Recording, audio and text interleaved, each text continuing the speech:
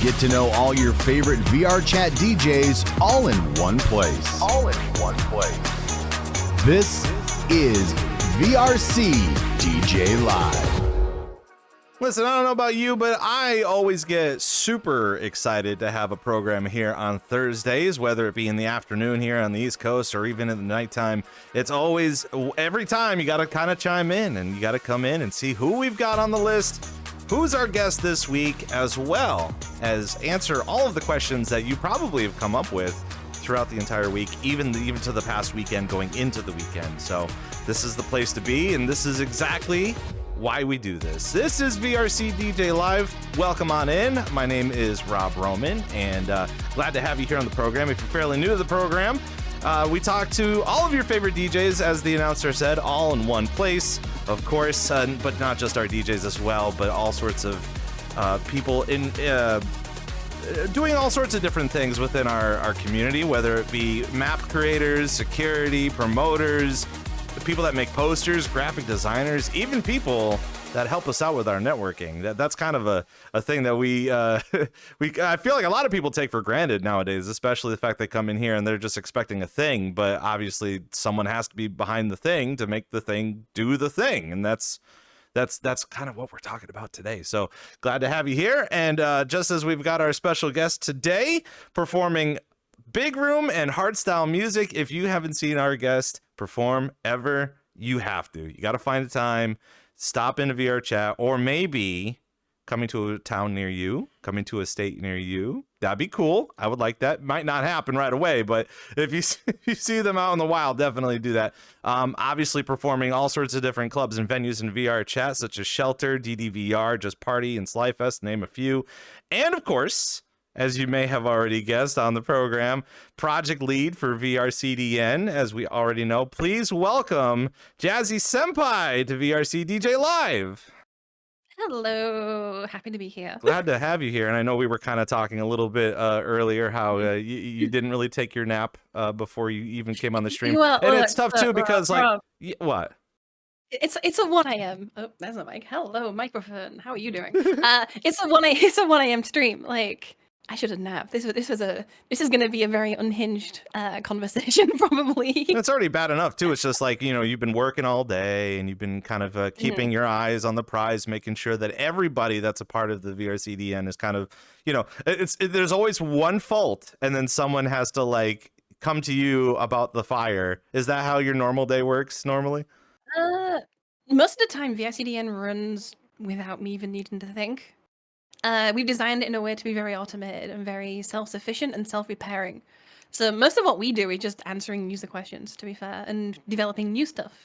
Yeah. I can only imagine, again, like just like any other business, that you're just sitting there enjoying a snack or a meal, or I can't even imagine what your alarm clock sounds like when someone's trying to get a hold of you and you're taking a nap. Oh, but yeah.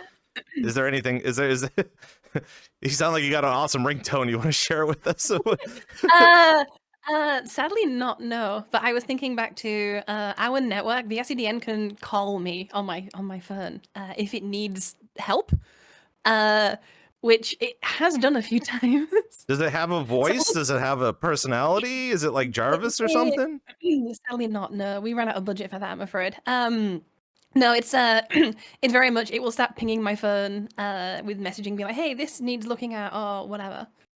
It's very useful, but also sometimes it would be nice to have a bigger team so we wouldn't have to do night shifts all the time. Yeah, at least it's a little innovative, though. I mean, back in college, when I was trying to wake up, I actually programmed my laptop to not only wake up at a specific time, but activate Angel of Death by Slayer to play over my loudspeakers, because I'm a pretty hard sleeper when it comes to that, especially in college when I don't want to go to schooling. But yeah, no, that is very understandable. Can't say that the VRCDN would do that for you, but these are the questions that we need to know on this program. But what ringtone does VRCDN have? Right? I mean, we had a couple of guests on here where just people are asking all sorts of random questions, but at the same time too, like, I feel like most of the time you're just as busy, if not anything, coming into VRChat.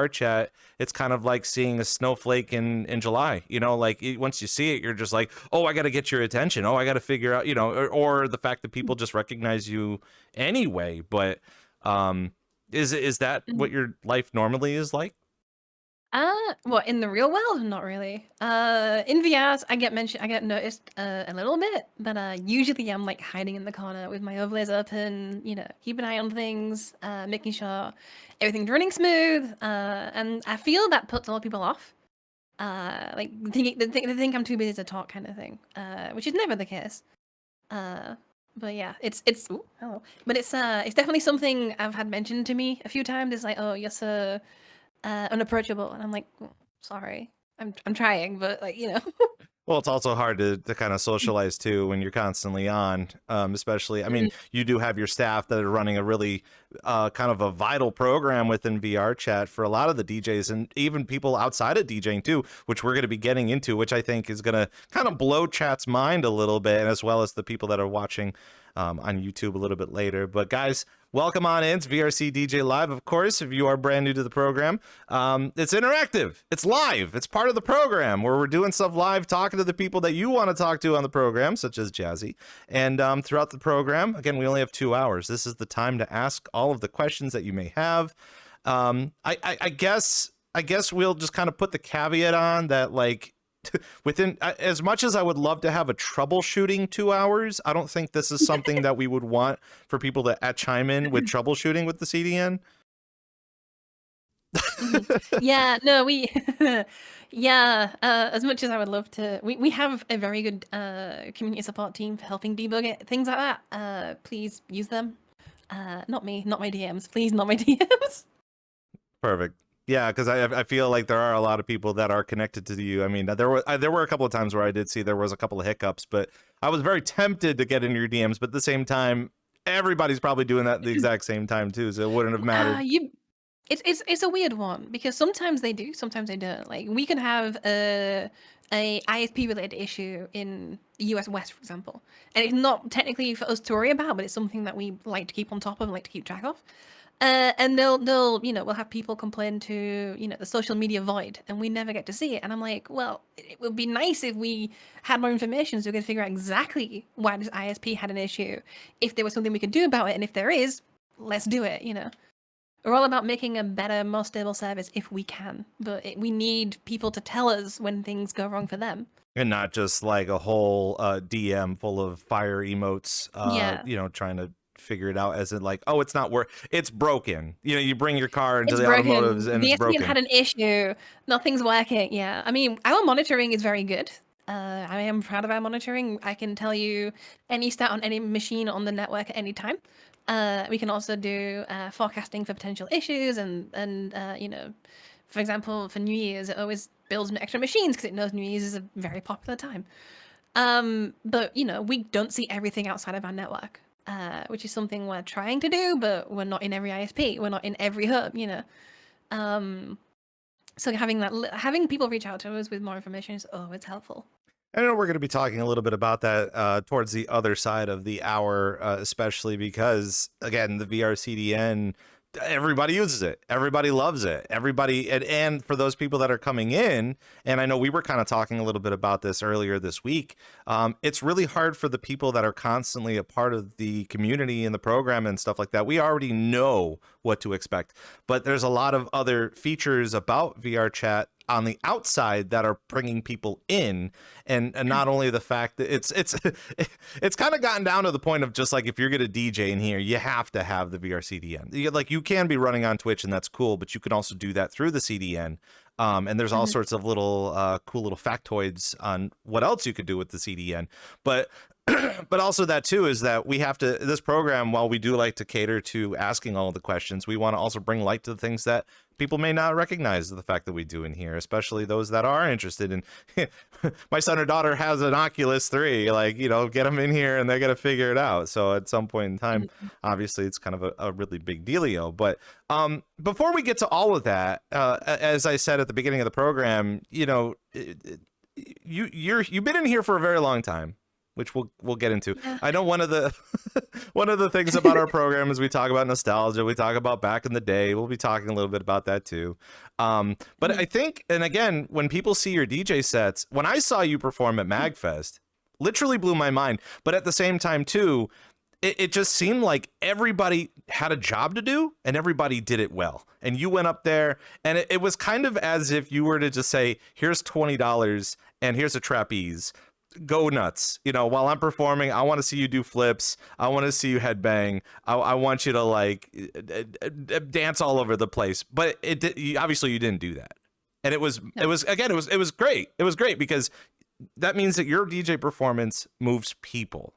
And like outside of being the popular the VRCDN, where do you think that your popularity within DJing has been heading in the past couple of years? Ooh. To be honest, I've kind of slowed down a little bit.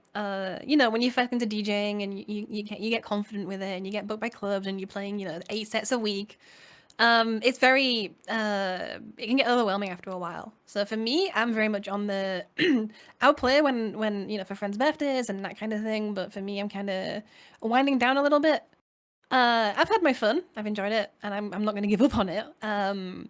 But very much, you know, I have to focus on this other thing called VRCDN, which sadly is taking more and more of my time as we keep adding to it and it keeps growing. And yeah, I was going to ask you about that. Do you find some time to practice in between? Like, you know, obviously a busy day is a busy day. I was practicing DJing earlier. I was DJing earlier as practice because I'm getting into mid-tempo and ElectroSwing, which are two genres that, well, I've dabbled in ElectroSwing a little bit, but I've not dabbled too much in mid-tempo. So it's nice to kind of delve into these genres that I'm not too familiar with and seeing what I can build from them. I know you were kind of bringing that up before we started stream. How did you even start getting interested in that sort of thing? I understand that flavors change every 2 years or so, but what really genuinely affected your love for whatever you're getting into? So, I mean, as Stabby said last week, she was very much into ElectroSwing, and that got me into ElectroSwing. And then, you know, having more friends that are into it as well, it's like, well, I can give it a listen. And I got into Caravan Palace, which I played at MAGfest. Really good band. And kind of fell in love with ElectroSwing from there. For mid-tempo, Rez sets are amazing. It's like I call her music like supervillain music, kind of. It's like villain arc backstory music. It's so good. And that kind of why I got into that. It's interesting to hear about all this too. I know for ElectroSwing's purposes and how the DJ community has been growing so rapidly and just in the past 3 years or so and coming in with new genres and stuff. I got kind of introduced with ElectroSwing through Inks. And when she came in here, started kind of just defining herself as what she was doing in here. But even more so, like even with like Ultra just coming back for like their 25th anniversary, and a Coachella, between Coachella and Ultra currently, that our generation, the generation that we're in, and the people that are being proactive making music and performing music have now started to develop a brand new either subgenre or genre of DJ performance. It's not about the 128 anymore. It's about the 140. It's about the 138 to 140. And I forgot what they were calling it. I think they were calling it like speed grunge or like something grunge or something. I forgot what the actual term is because nobody's really identified it. But what a wild time to be able to kind of focus in on a brand new genre and a brand new stylings. Where do you think that this is kind of headed, even just for our community? Because I would only assume that people are going to start picking this up here in VRChat. Ooh, good question. I mean, with any genre coming into VR, whether it's new or an old genre, you know, it slowly seems to work its way through, even if for a short while. You know, hardstyle was a thing for a while. Big room was a thing for a while. Now we're in drum and bass. Now we're doing techno. You know, it's as you say. Did you say like a 2-year thing? And for genres in here, like it's very much it will have its time, I'm sure, if it gets picked up enough and head enough. Which, you know, VR does seem to be the place to be to listen to genres you're not maybe going to hear outside.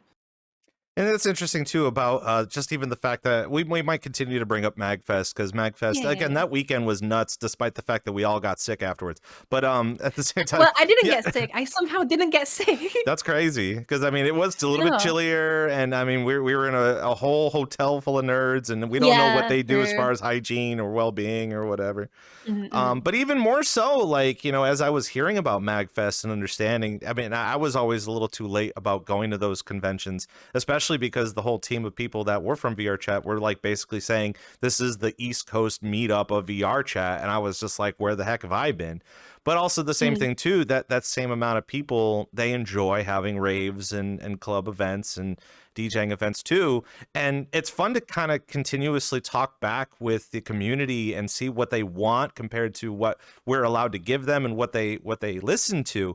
But we have this constant battle about drum and bass. But I'd love to get your opinion on drum and bass, especially because, you know, I feel like within our immediate community, I know here in the Americas, it's not as aggressive as it could be in the UK or Europe and stuff like that. And not aggressive at by any means being like angry, but like aggressive is like everybody's listening it. But but even more so to the fact that you're saying ElectroSwing, you know, it's really starting to pick up the pace. I feel like everybody can get down with that, but drum and bass, I feel like is still having a hard time getting up into the ranks, or maybe it's overplayed. I mean, drum and bass seems to be everywhere. It's not a genre I personally can enjoy. It's not really my thing, but I get it. Yeah, it's definitely everywhere in VR at the minute. I mean, it's very rare you'll go to a club and somewhere on that lineup there will be a drum bass DJ, unless it's like, you know, specifically hardstyle, specifically I don't know, disco. You know, somewhere in that lineup, if it's open format, there'll be drum and bass. Again, I don't really want to be the type of program where I'm sitting here just being like, that's it, we're canceling drum and bass, it's over. No, we're moving on. Everybody better do ElectroSwing. Everybody throw away your catalogs. But I don't know, it's just something fun to think a little bit about. I mean, heck, I did a country set the other day, and I was surprised to hear that there are some people in VRChat that genuinely want country music, or they want a theme night. They want, you know, I feel like themes are going to be coming through very soon, you know, having a themed specific to a specific thing. But even ElectroSwing alone, if you were to have a lineup of ElectroSwing DJs, you could plan for that, you know, get your avatar ready, get everything prepared, and kind of get into it. Yeah, go ahead. no, there was a disco event recently where every DJ in the lineup was playing disco music, and that was a lot of fun because it was very different, but you know, great vibes. I can't even begin to tell you. I mean, I know Jazzy got to see him. I got to see. I mean, when Electro was hanging out, he was just an average guy. But when Tanuki showed up, Tanuki Juno, that dude got a big old like disco shirt, like a really thick looking, like he is the visualization of disco. So when he just started showing up, I'm just like, I could, again, having him on the bill would, obviously that's a no brainer. You're gonna want to go to see that. Yeah. I would also think too, when everybody would see you perform, it's not even just a matter of lead programmer of the VRCDN's doing the DJ set. Oh my gosh, but it's just a matter of, oh my gosh, it's a Jazzy Senpai set. Mm-hmm. Yeah, I do want to separate music from my other work because I do seem to do a lot of things, and I want to, you know, I don't want to be known as just the programmer or just the DJ. I want to be known as I kind of do a bit of everything. Now, despite the fact that, again, you've been in here for such a long time, and we're going to kind of dive into it a little bit, just so people get a better understanding, because, you know, with greatness, you have to have longevity in the simulation and the things that you do, and obviously people pay a lot of attention to it. But just as I said before, being able to see you in here with your VRCDN logo and just the fact that you represent it, but you also represent yourself. Is it weird? What's the type of interactions that people kind of do? Are people afraid to approach you? I mean, I feel like when they see you, they're just like, oh my gosh, this is my time. This is the time we'll be able to see you in VRChat, as opposed to you actually working. Yeah, no, as I alluded to earlier, I have been told a few times that I'm difficult to approach because of my quote unquote fame, I guess you call it. Or like, you know, I'm standing in the back staring at my overlays, that kind of thing. And I get it. But I did get mobbed at MAGfest in front of the VRChat portal, which was a new experience for me, to be honest. Didn't quite know how to react to it. But it was nice. It was cool. It's nice. What do you mean mobbed? What was that? Like jumped? when the VRChat portal was setting up, like a group of people kind of came to check out. And then when, you know, I was talking to some of the people running the portal, they were like, oh my God, you're Jazzy. Oh my God, it's Jazzy. Oh my... And I'm like, I'm going to go. No, it's nice to meet people. It's nice to be appreciated, but I'm not the most social. So for me, you know, that's very much a new experience. And also the fact too that we were talking a lot, and in the form that you filled out to join Mm-hmm. us, even said that you joined in 2016. And I will go ahead and say Yes. on record that you're probably the oldest person that I know in VR chat who still No, currently plays VR. No. Stabby has an older VRChat account than me. Oh. Yes. And obviously, you know Stabby, she was here last week. Yep. Yeah, she has been in VRChat slightly longer than me, which is it's not a reverse, is it? I mean, unless you gain friendship that way. But I mean, if you missed the show No, on well, Miss I Abby's mean, show, it's up on YouTube. But yeah, I won't be spoiling that. I won't be spoiling that. Go watch it. yeah, it's a good show. We had a really good time, but at the same time, too, I had to apologize to her because I was just like, I feel like throughout the entire thing, I was calling you a dinosaur, and I apologize. But at the same Nah, time, too, a lot of she's people think that everybody's a fossil in here. yeah, she's very much part of the furniture when it comes to VRChat, I think. So let's talk a little bit about that, because Miss Stabby brought you up during her interview last week about the fact that you guys were even talking about trading consoles and potentially Mm. meeting up and stuff like that. I mean, besides the fact that you both love video games, and I would assume that Hatsune Miku has something to do with it as well. But Yeah. talk to us a little bit about, like, was Stabby one of the first friends that you ever met in here, or and how did that all kind of culminate? She was definitely one of the closer friends I met early on. We kind of, from what she said last week, we met in the Pug and we got talking and we got, a mutual interest of nerd stuff and video games and all that good stuff. And then, we just kind of friendship grew from there. And then, next thing you know, oh, there's a Miku concert happening in London. Oh, I'm going. Oh, I'm going. Oh, that's cool. We should meet up in London. And then with friendship continues, and then next thing I know, I'm taking my DJJ 400 to her place, and we're doing a B2B. That's wild, though. I mean, just even the fact that, because again, that those are the success stories that I love to hear about in VR chat, especially with all the negative feedback and the negative content that you could be reading or watching up on YouTube, comparable to like people just coming in and being a troll. But like that's how it was back in the day. It was so genuine. It was such a weird time to just be friends with people, just to be friends with people. Yeah, it was a very much more of a close-knit community, even though it was still thousands of people. It was a very different landscape. No one had an agenda. No one had big group ego, energy, all that kind of thing. It was just we are there to disassociate from reality because work is tiring sometimes, and we just want to chill and listen to music and vibe and talk about nerd shit. Sorry, can I swear on this? You sure can. That's up to you. You won't hear me swear because I'm the host, but like Yeah. you do whatever you want. And we were I try not to. But that one fell out. My bad. I know. We legit were talking about how the fact that like you literally could be talking. Well, like we're gonna be talking about stuff all over the place for the next 2 hours, but you literally can just run the show and just be like, "This is your show now." You can just talk about. I mean, you try to take your seat. I can take your seat. I mean, if you, we still haven't had an interview with Rob, my interview yet, where I'm I'm in the guest interview. We'll have to schedule that for the next time, I'm sure. But yeah, exactly. But even more so, like and against with Stabby was mentioning the fact that like again she has this immediate love for video games, and a lot of the stuff in her hobbies and her career and stuff obviously validate that point. And I think a lot of people are interested. How did you even get in here in the first place? Was it just something? There were no YouTube videos. Normally you'd see a YouTube video or something as like a content creator or something. I was lucky enough to get an Oculus Dev Kit V1 because I was interested in game development, but I was never in the scene. I was never actively doing it. So I got the Dev Kit and I was like, this could be the next thing. I may as well try and learn it.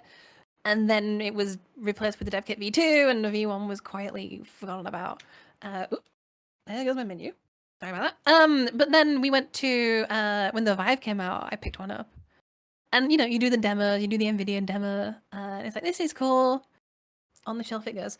And then I remember one weekend I was like, I gotta find something for this thing because it's an expensive piece of hardware that's just sitting on a desk collecting dust. And I'm going through Steam and I'm like, oh, VRChat, that could be interesting.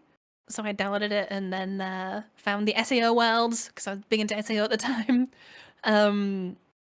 And yeah, that's kind of how I got into it. Yeah, I was gonna say, like, even early on, there were only just I wouldn't even say a handful of worlds. There were about like 25, 30 worlds, give or take 50. No. They I mean, when I joined, there was at least a couple of hundred. But a lot of them were, this is a test world. This is the same world you've seen 1,000 times. It's like, it's a box. It's whatever. and there were only a very few worlds that were, something interesting. I don't mean to say that nothing was interesting there. I'm saying like, like the SAO worlds, like the Great Pug, that kind of thing. Yeah. So despite the SAO worlds, what other things tickled your fancy as far as like going to different worlds even back then? So the the MMD worlds were starting to pick up as well. I can't say ex MMD animator anymore since I did do a fully hand animated show last August. Seeing that after doing it so professionally for a while, it was nice to see and nice to reconnect with my own history. So that also kind of kept me in, and I just kept meeting really interesting people, like Stabby, like Tiff from JP, like Sly, yeah, and that kind of just kept me here. And even just the fact that your hair is the same color as our favorite Vocaloid, but I would only assume that in VRChat... That is just a coincidence, Okay. I promise. You have to call Yamaha and be like, something's screwy here, something's going on. Maybe it's a specific color or something like that. Actually, I think the internet is starting to fight over trying to make Miku's hair color like a legit... I mean, it is a legit color tone, but they're trying to make it more official to be like, colored Miku. It's not like cyan or teal, but it's like Miku color.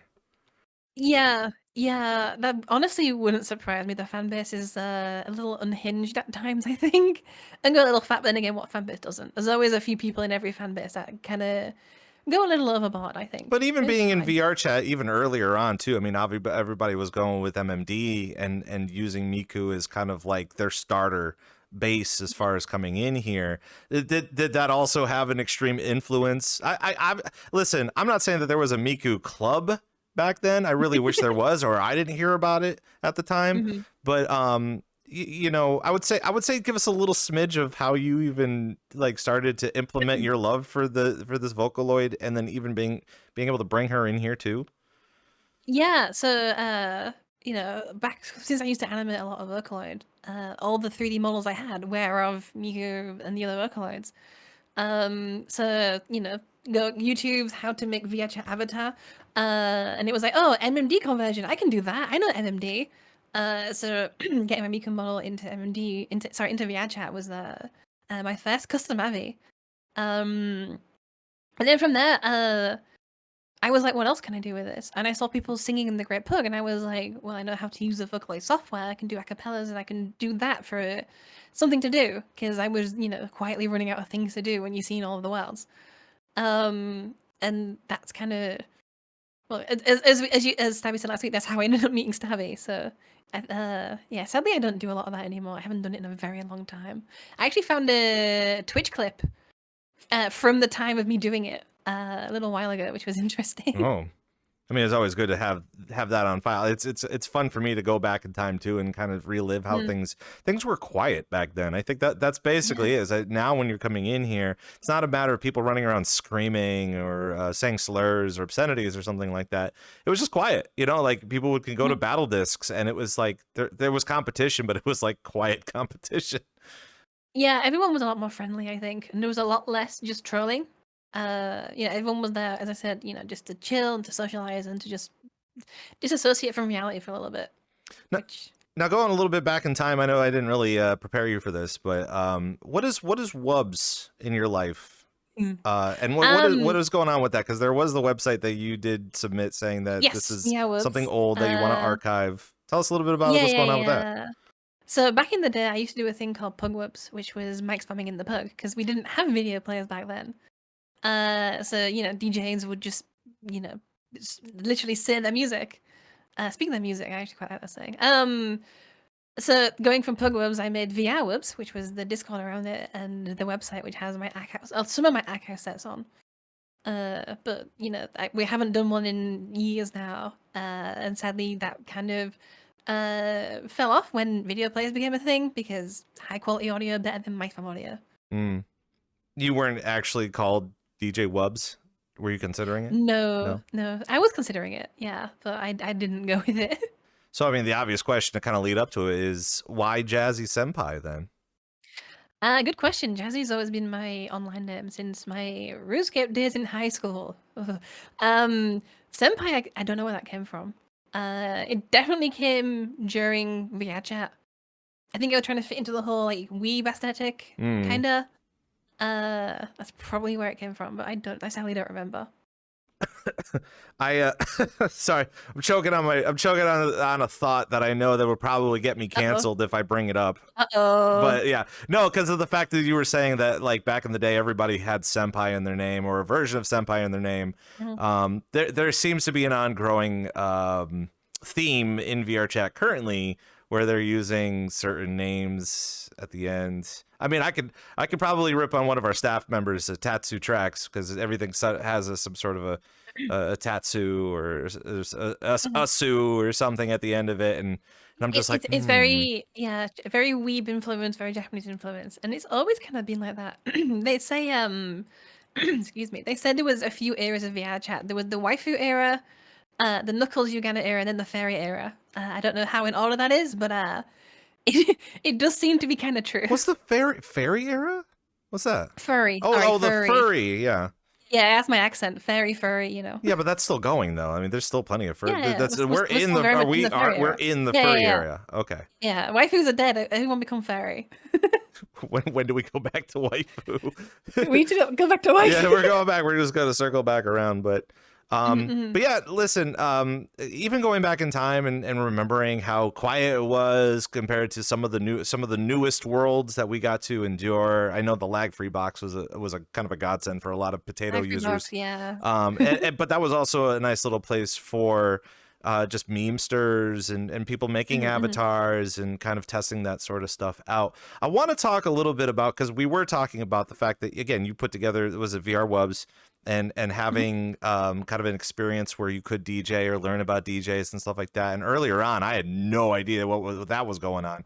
But again, with Stabby, we were talking about the fact that people were going to Void Club, people were DJing out of their mouths. What was that experience like for you when you were first kind of getting into the DJ scene? And what did you see and what did you experience even back Ooh. then?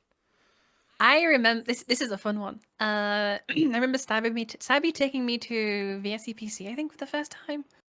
In a map called River Orbit, which is sadly no longer a thing in VRChat, I don't think. And you kind of spawn behind a wall, so you can't see the main room, so you're not like lagging as you spawn in. But as you go around the wall, you suddenly see, like, you know, I think it was DeFreeze DJing in the middle, Mike spamming, and then everyone's like stood around him in full body and half body, because full body was becoming a thing at the time.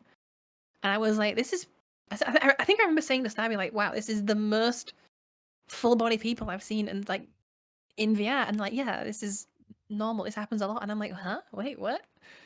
That's crazy to me, and that was my like big introduction to DJing in VR and seeing the rave side of it, and slowly getting into it myself as well. So were there like dancers? Were there people role playing as like bartenders, or how did No, any not of that work really. out? Not really. I mean, it was literally just there was like an unspoken rule where if you go near the DJ, you don't talk, because we didn't have EMUs back then. You know, we didn't have well sliders back then, well volume sliders, and it was a place for people to just listen to music and dance with their friends. I mean, It was magical. we didn't even have ear muff mode back then too, so it was even No, just a matter exactly. of you could probably mute somebody. Did we even have the mute button? I would assume we had it. No, we had a mute button. But I remember, I remember one of the jobs as you know, the host of the event was going to people going, "Hey, can you mute your mic? You know, you're breathing in your mic and everyone can hear you, and it's not a problem, but also you're louder than the DJ because we don't have that kind of well control volumes yet." Yeah, it was a very simpler time. I even think that sleeping near the DJ was not even a popular thing to Oh, do back sleeping in then the too. DJ was not a thing. Yeah, Yeah. that was the ultimate rule of, that was the ultimate disrespect kind of a thing to do, is to sleep in front of the DJ or even near the side of the DJ, just being like, "Oh, well, you're playing sleepy time music." Yeah, sure. But even Yeah. considering to the times now, like even growing into that fact, I know one of the, in my opinion, I think that one of the biggest leaders of people coming into VRChat was because of the PBS special featuring Rue and Electro Mhm. and even 2D and Shelter and all those groups. What were some of the things that you get to see even from that leading point onward to even where we are today? Obviously, it's kind of spanning a lot of time and a lot of things have had happen, but what are some of the highlights of the keynotes that you can kind of give us of what you've been able Ooh. to experience ever since then? Ooh, good question. Festivals have definitely become a thing, and people are experimenting more. It's no longer just, video player, DJ, animated lights. It's now full DMX. It's now audio linked avatars. It's particle lives. I'm not sure if you're familiar with it. It's like it's like a music video, but you're in it in the VRChat world. They're incredible. Um, shared immersion. Being able to do real time mocap of DJs and project them through worlds. There's been so many things that just mind blowing. And it seems that every couple of weeks there's something new that just I kind of look at it and I scratch my head and I go, how are you how did you what? How are you doing this? It's magic. It's incredible. And I'm sure you see it and you're just like, please tell me about it so I can try to implement it too. Yes. Yeah, like every Oh, yeah. there was a thing from MAGfest. Sorry, to go back to MAGfest. Not this year, I think it was last year. On the swatches that they had like a little game where you flew around like a spaceship. But it was synced to a VRChat map, so the players in VRChat could see you flying around a spaceship, and they could see, and the people on the flying could see you, and you could shoot back and forth, and that hurts my brain. I remember I got a demo of it early on by the people who were working on it, and I'm like, just what? I mean, not only that too, but incredible. like again, we talk a lot about the new innovations from VRChat from time to time again, especially with the OS and Android, and how you can legit come into VRChat and just you could be on VRChat on your phone and just to go explore, even talk to the people anyway as well. And that alone, I mean, even through MAGfest, people could have been doing that. I feel like somebody should have had a sign that said, "Hey, you can join the party too. Just kind of download it up on your phone." Yeah, I was playing VRChat in my hotel room, to be fair, on my laptop. Yeah, just even the innovations of like just a couple of months ago, I was in Miami and I brought my Oculus and I was able to go through my Oculus through the Wi-Fi at a hotel, and I'm like, this is bonkers. But even more so with the festivals too. Like I know in the past several years there have been all sorts of different festivals. Obviously with Slyfest several years ago, and making really big maps with that to nurture to. We've got a couple more coming up. I know Gathering is going to be coming up fairly soon. Project Community usually has some sort of thing going on, as well as the IRL stuff, which, I mean, I don't know, we can get into. It always seems to be kind of a hot topic to talk about just because everybody is, we're all collectively trying to talk about it, but we each have our own sides and we're both okay with that. So we can get into it a little bit later, but just like even feeding into that, and I know one of the things that we'll continue to toss up in the air just right now is just finding the way to bridge the gap between doing stuff virtually and showcasing what we do virtually IRL. And from your experiences of all the things that are going on with the festivals in VRChat, where do you think? Do you think we're going in the right direction? Do you think people are genuinely making stuff in VR and not realizing the skill it does take to make like 3D models and like festivals and even just that? Uh, mm, I think a lot of people do understand that building a festival from scratch for VR is incredibly time consuming and complicated and takes a full team of very talented individuals. I don't think I think a lot of people are wanting to dive into that kind of thing because they're like, ooh, big festival, that sounds cool, I want to do that. And that's fine. But it's if you don't have a background in 3D modeling and doing materials and shaders and well designed and blah blah blah blah, it can be a lot of work. And yeah. What do you think about trying to bridge the gap between companies IRL? Oh, okay. Yeah, but Yeah, like bridging the gap of just like introducing what we're doing in here, because I feel a lot of people, they do a lot of voluntary time. They come in, they make worlds, they will produce a lineup, they'll have some graphic designers, and they'll be able to showcase what they've got in here compared to, let's just say, someone who has never heard of VR, or they know VR from being Beat Saber. Like that's it. VR is just Beat Saber. Nothing else is fun.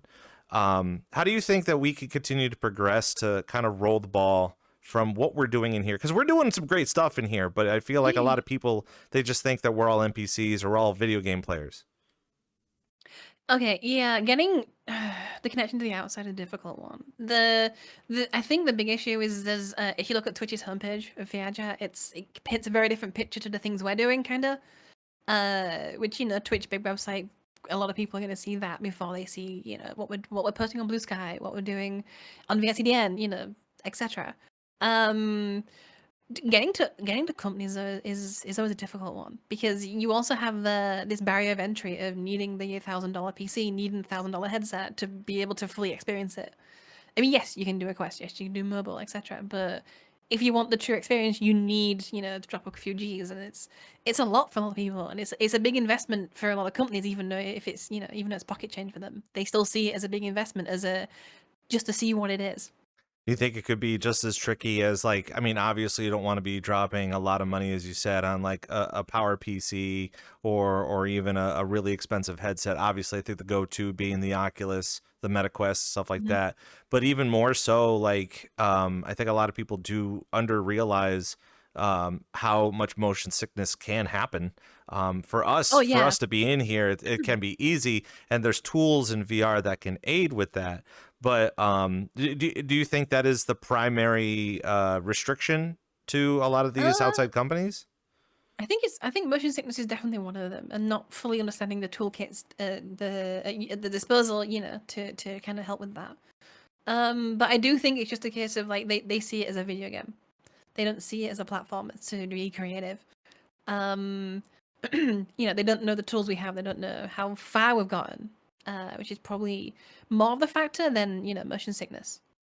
You think we're going in the right direction as far as VR applications for like the latest greatest VR something? Uh Possibly. I mean, the VR chat is very much a jack of all trades when it comes to doing things in VR. It's a platform where you can build and do anything. Which I do quite enjoy. I do quite like. But I think, uh, ugh, not to get too much into business talk, because I'm speculating. I don't know VRChat's business.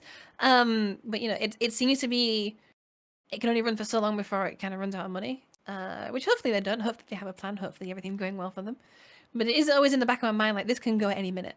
You know, I understand tech enough to be like, this is expensive to run. Um, and my $10 a month that I've been paying since the VRChat Plus came out doesn't seem like a lot, and I hope I'm wrong. I'm just speculating. I know when I was working for a much larger company, and again, on record, I can say I did work for iHeartRadio. There was a time where they they knew of my VR experience and what we had been doing in here. But the funny part of it, and again, I'm hoping this happened maybe like 3 or 4 years ago, so things have changed since then, obviously. As far as the applications are and the technology and stuff like that. But I remember they were kind of troubleshooting with me and like brainstorming a couple of ideas that they could throw to corporate about like, virtual reality seems to be kind of hitting off. People are starting to do it and people are getting into it. And they were like, so what do you think is something that we could possibly do in the future as a company to kind of get that clientele, get the demographic that could potentially start listening to the radio again? Because let's be real, people of a certain demographics not listening to the radio anymore. They're kind of going to like Spotify or like Pandora or something like that. But at the same time too, they're like, what else do we need to do within VR that would entice them?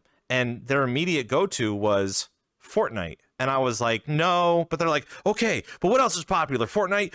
What about Roblox? We'll do Roblox. We'll do like Roblox and VR, and then we'll get Ariana Grande to perform in Roblox, because that's the demographic, right? And I'm like, I don't know, you're telling me the fact that you're trying to get into this. Like, I would genuinely tell them and say, hey, you could technically have a business proposition for either VRChat or any other third-party VR something that could be a lot better than that.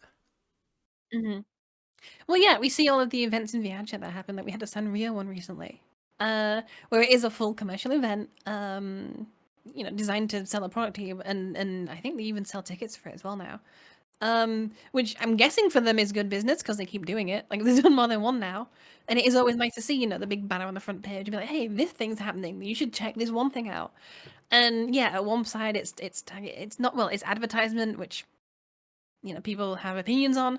I think the way VRChat does it isn't a bad thing. I don't think it's too intrusive. I think it's very tame and also very usually quite interesting, to be honest.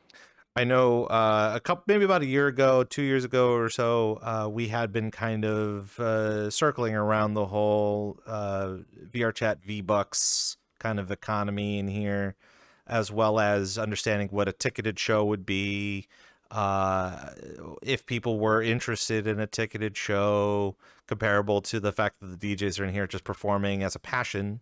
But at the same time too, I feel like within this program, we talk a little bit about how, we could either take your passion and make it into a career, or take your hobby and make it professional, where you could potentially earn some money or something like that. And we always toss around those ideas because everybody that's in a VR can experience it any way that they choose.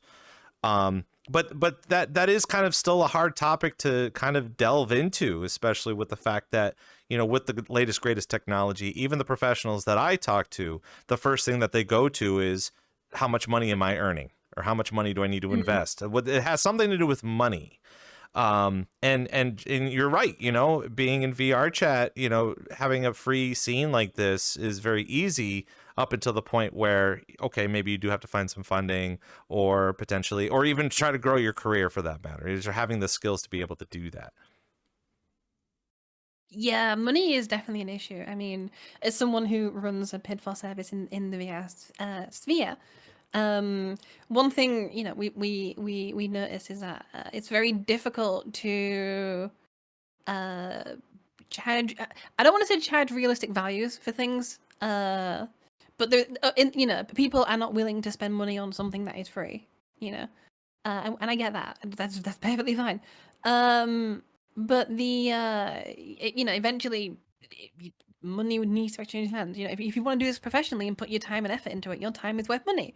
So I like the idea of VRChat adding an economy, but as a European, we don't have it yet. So I sadly haven't had the ability to try it yet.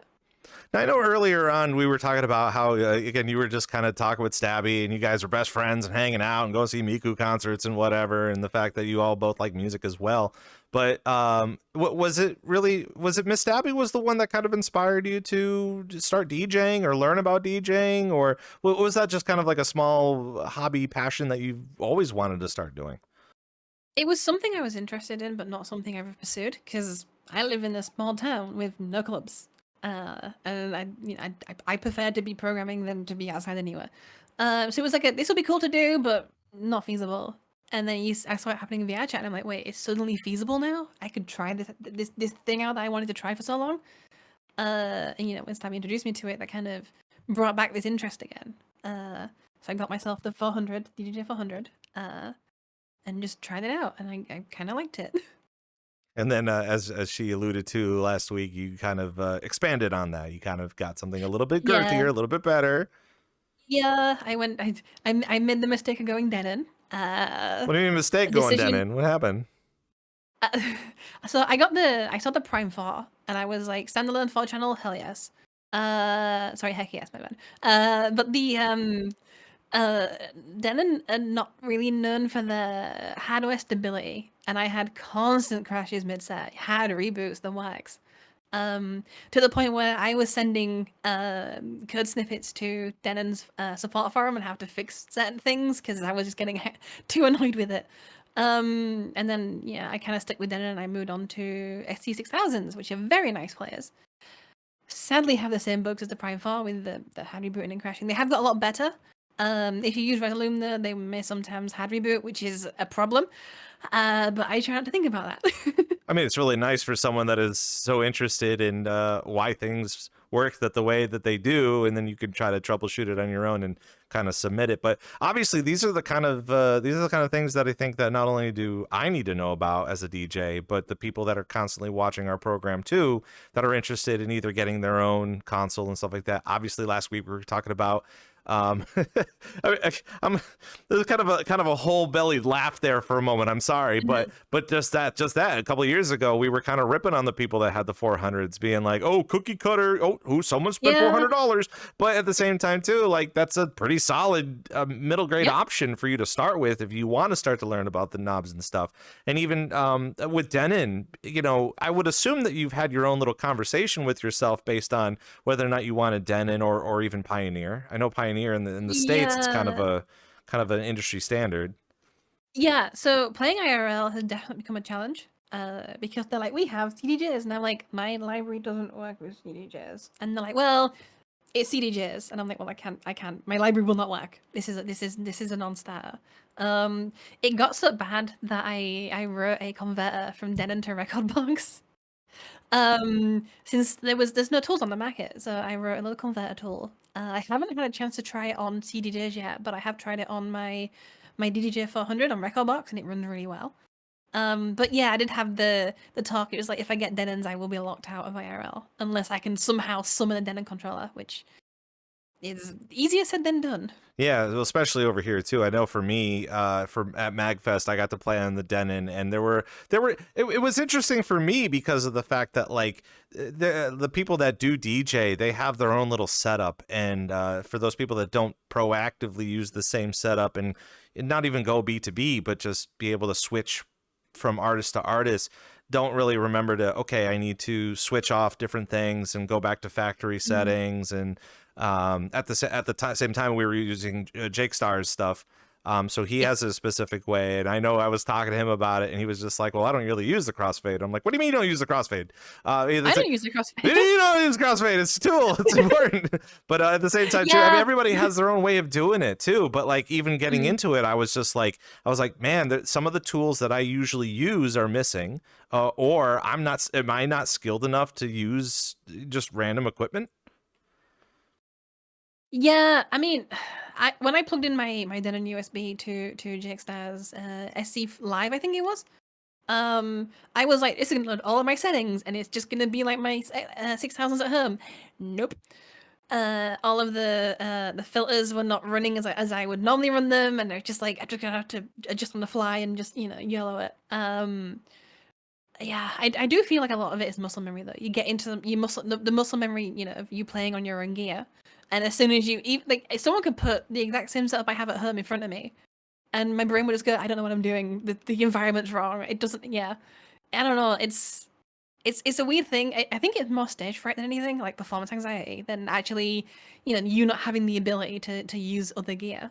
Yeah, you know, one of your top moments was performing at the pop-up of MAGfest, because I mean there were some opportunities. We've had DJs in VRChat that have applied to become DJs for MAGfest, but MAGfest, for those people that are at home that don't have an idea, music and gaming convention, not only is there a ton of video games, but almost every alleyway has its own pop-up like area with speakers, mixer and stuff like that. So we were able to literally take up like one of the corners down on the exhibit floor. But just as I said at the beginning of the stream, such an intense moment for you. I mean, my set was literally 2.5 hours later, so I had to stay awake. But for you, I mean, everybody went fucking bananas pudding. Pardon my language, because now that I swear, this is my first time on stream that I swear. Oh my gosh. But at the same time too, like it was that extreme though. Like that was the thing though. It's like, you know, I have to swear before people. But like, so tell us a little bit about that, especially because in the chat we are talking a little bit about that, the difference between an IRL gig and a virtual gig. How did that, again, you were saying you were a little nervous performing, but at the same time too, you were totally prepared because you had that energy from a crowd. Yeah, exactly. Having an energy from IRL crowd, it's, how do I word this? It's very similar. It's similar to a VR crowd, you know, playing at Slyfest. Everyone's in front of their booth. Everyone's right in your face. They're vibing with you. You're vibing with them. It's a very back and forth conversation. Having the IRL is, to me, because I don't do it often. I've now done it twice. It's a much more powerful experience because, you know, I'm surrounded by people that I've known for years. They're all good friends of mine, and I'm getting to play the music that they've had and that I played, you know, so many times in VR. But now it's on, I won't say a good audio setup because apparently there was no bass from what I was told, but you know, it's different IRL compared to VR, but I still think VR is very close to emulating that IRL feel. And that weekend also kind of gave a lot of the people that normally perform in VR an opportunity to have those big crowds or be able to experiment with things that they don't normally get to. Like, for example, the silent disco. There was one night where I believe we all took over an alleyway that was next to an escalator. Next to an Yeah, where escalator, people yes. were literally raving while they had FM transmitters with a pair of headphones. And again, when you see a group of people just kind of like doing all Yeah, sorts of it was stuff, really funny. We were getting the funniest looks. I mean, people were going up and down the escalator just being like, I really want to be a part of that. Whatever's going on. Yeah. Like, we could have just been trolling and been listening to the Barney theme song or something, but at the same time, Oh, I too, should have like, said that. but like, I mean, it's VR chat. We would normally be doing Yeah, that, yeah. but at the same time, too, like, again, MAGfest was such a unique time to be able to have our community together for an event. And one of the things we'll just kind of dive into super quick as far as the IRL stuff to the VR stuff as the conversation in chat rolls on is the fact of, like, again, being able to distinguish the two of those things. And again, one of the things that I love to try to bridge is the gap between IRL DJing and VR DJing, because again, there's a ton of people. I would assume that there's a reason why people want to come in here and perform. I would want to assume that they want to either make a career out of it or get to experience celebrity status or the limelight or something. But at the same time, too, when you first start doing VR DJing in here, it does get a little intimidating, yes, because you are in the limelight. Literally a handful of people are watching you, and you're afraid that you might mess up. I mean, if you mess up in real life, people realize that you're human. Jazzy Senpai's human. That sometimes, sometimes human things do human things. But at the same time, too, like, again, it's being able to reflect that to all the other DJs that are performing in here as well, that it's okay to mess up. It's real to mess up. Yeah. If you don't mess up in here, then, like, something's up. No, we've all done it, and but it's a form of what's the word? You get embarrassed from it when it first happens. You got to kind of build the confidence to own your mistakes, which is something that I still struggle with at times. Like, I listen back to a set and I go, "Oh, that transition was terrible. Oh my gosh, I should have just quit." But you know, as you said, we're human. We make mistakes. It is what it is. You know. It's always very fun to kind of go into that, especially the fact, and for a lot of people at home that don't realize that coming up this summertime, again, tons of festivals. I think as a program, I think it would be our job to kind of inform people to say, listen, be prepared, hydrate, take time off when you need to. Don't be discouraged if you miss a couple of sets here and there, because again, the timeline is nuts between Thursday and Sunday, with all sorts of, I mean, on the weekdays too, but especially on Fridays and Saturdays. That we do talk about burnout a lot. We talk about how people need to take some time and well-being for themselves. But even in the summertime, you know, it's kind of a big deal. And even in VR right now, lots of different festivals. And again, I want your opinion on it, just because you got to experience it firsthand. There's a lot of people in our community that do it all the time. You know, I mean, Aquaman's one of those guys that's just like, party where, and then goes and does it. But not all of us could do that, you know, like for you had to literally fly over and kind of get to experience all of that. But one of the hottest topics that we have been talking about in the last couple of months is just that fact, is just even last year alone, the Party Hub was able to identify 13 IRL VRChat events across the world, and that's literally 13 more than we've all expected at any given time. So just the fact that people are starting to dip their toes in the water of trying to make it into a business, or try to figure out what it is and what it takes, comparable to what people may expect that to happen. Where do you think that's going to go? Do you think we're going to be seeing a lot more of that, or are we just going to continue to kind of feed into the festivals of VRChat? I do like the idea of IRL meetups in VR, but running an IRL event is very different to running a VR event. You know, suddenly instead of just going into a world and putting a video link in and calling it a day, you know, you have to do venue bookings and figure out a bar and all that kind of thing, and it's very difficult. So I think a lot of people aren't gonna go down that route. We do keep seeing a lot more VRChat portals appearing at conventions, though, which is very fun. I do like those. You know, it's funny. I was talking with Peppercast while we were at MAGfest too. Just I kind of was gonna mention yeah, Peppercast because yeah. they do the whole they do the whole like IRL event, but with VR DJs and VR dancers, or with IRL DJs and so on, like back and forth. Very mixed reality events, which is very cool. I've been to a few of those on the VR side, and they're always very fun. It's funny because like occasionally, not to toot my own horn, but very occasionally, whenever I'm doing something, either showcasing VRChat or talking to VRChat or talking to the devs or wearing my VRChat shirt, I still keep forgetting that there are people that are in our scene that genuinely don't know who I am. So I can't just go up to them and be like, well, hey, I'm Rob Roman's voice. But I can't just be doing that because not everybody has their own little thing. Who don't know you. That's impressive. Yeah, I'm just waiting for you to kind of ask me the biz about the meme, but at the same time, like we don't even need to get into it. We went through that at MAGfest. We're all good. I got that out of my system. I mean, just wait till it's your turn. I'm just saying, like you got a bunch of people that approach you for the VRCDN as opposed to, hey, remember VR Wubz, Pug Wubz, you know that. Yeah, no one remembers Pug Wubz. I think most of the people who attended that are sadly no longer within the VRChat scene for one reason or another. You know, they move on, they go back to doing IRL where they get lost in World of Warcraft. I don't know. Well, luckily for you, this is going to go up on YouTube on the weekend, so people will start asking you about it. So that's always very exciting. But at the same time, too, like I got to talk to Peppercast and kind of to see how it gets down and how they operate and how they kind of put it all together. And again, for them not to know who I was like, cool, great, awesome, fresh start. Yeah, you get to be a nobody. Yeah. But at the same time too, like it's super interesting because again, what we're doing is we're trying to like be able to showcase. Well, I'll say VRChat is showcasing what they have with the demographic and the nerd fandom of just that. Like, you know, imagine cosplaying, but you don't have to spend all the money on the cosplay. You could just kind of work at 3D modeling to, you know how many Mikus are at that festival compared to being a Miku in here? Crazy.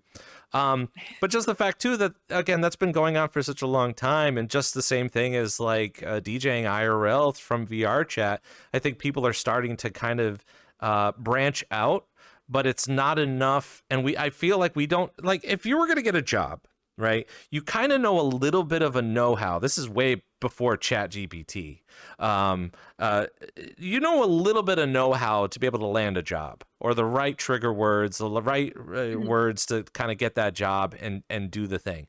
For us, we haven't been able to identify those words correctly outside of, we know 3D modeling, we're in virtual reality, and they don't realize that 80 people is considered a full nightclub or a full instance, when in reality 80 people kind of still is. You know, it's not a matter of a bunch, it's a matter of a lot. So being able to have companies like Peppercast to be able to showcase not only the virtual mirror, but being able to be so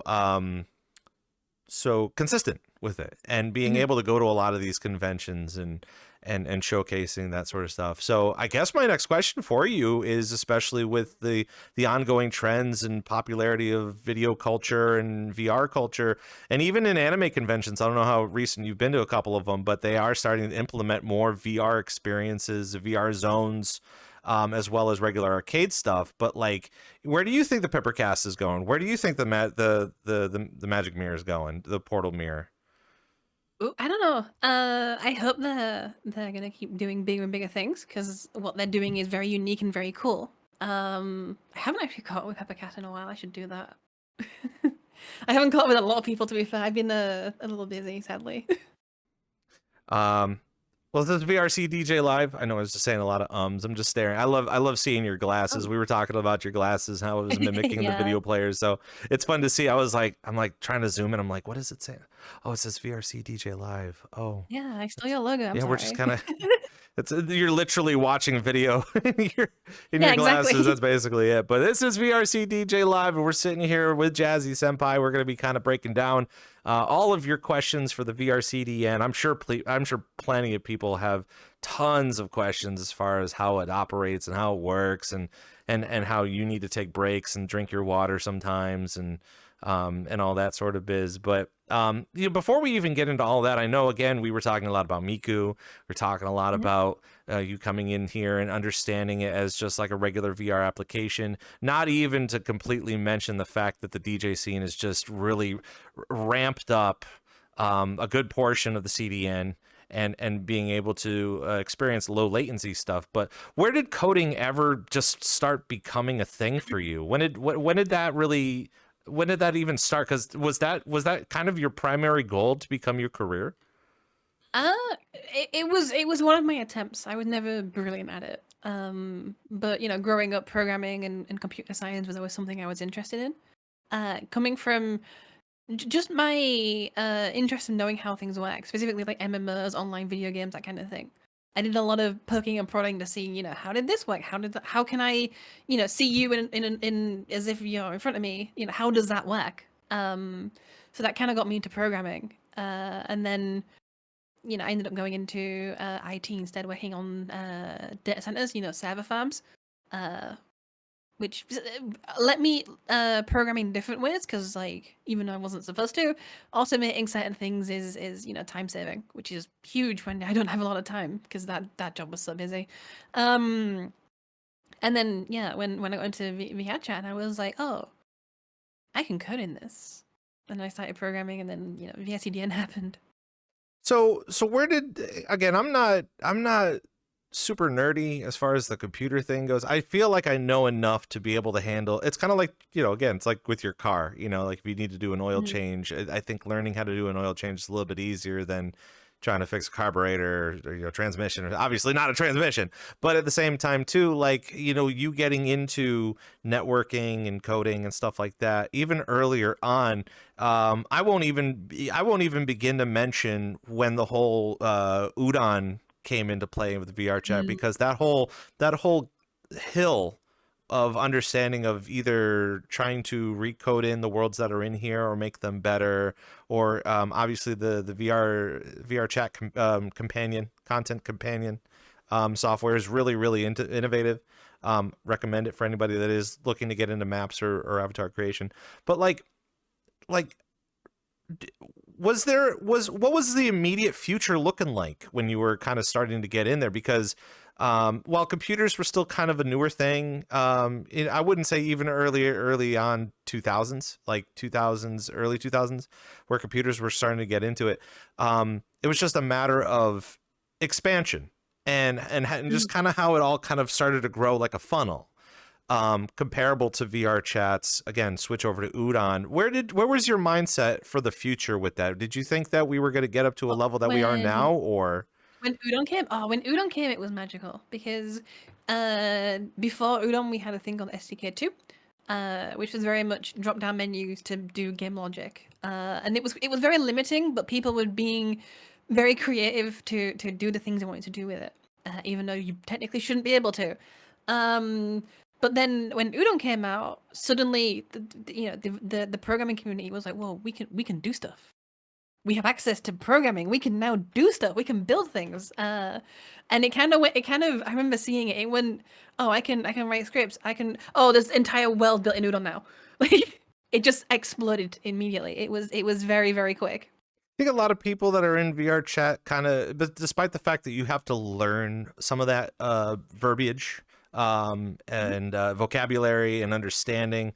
I know my roommate, he's just infatuated with regular C# coding, but for the common user who doesn't proactively use Blender or Unity, and learning how all those little digits and little symbols and stuff kind of act, was it just a matter of just elevating the user experience in VRChat, in your opinion, or do you genuinely think that we know the average VRChat user would have basic common knowledge to even start a career with it? There are tons of tutorials online and figuring out how to write C#. And the great thing about Udon is you don't need to. There's already tools out there to bring back the drop-down logic. They even have built-in like I think called it Udon Graph, which is like you get a box that does logic, and then you connect to another box that does other logic based on whatever that does, and so on. So it's very much approachable. It can be a little scary, a little daunting at first, because there is a lot of, you have to think very logically, and not just this should work because I think it should. It's like, no, you need to tell the computer step by step how that should work.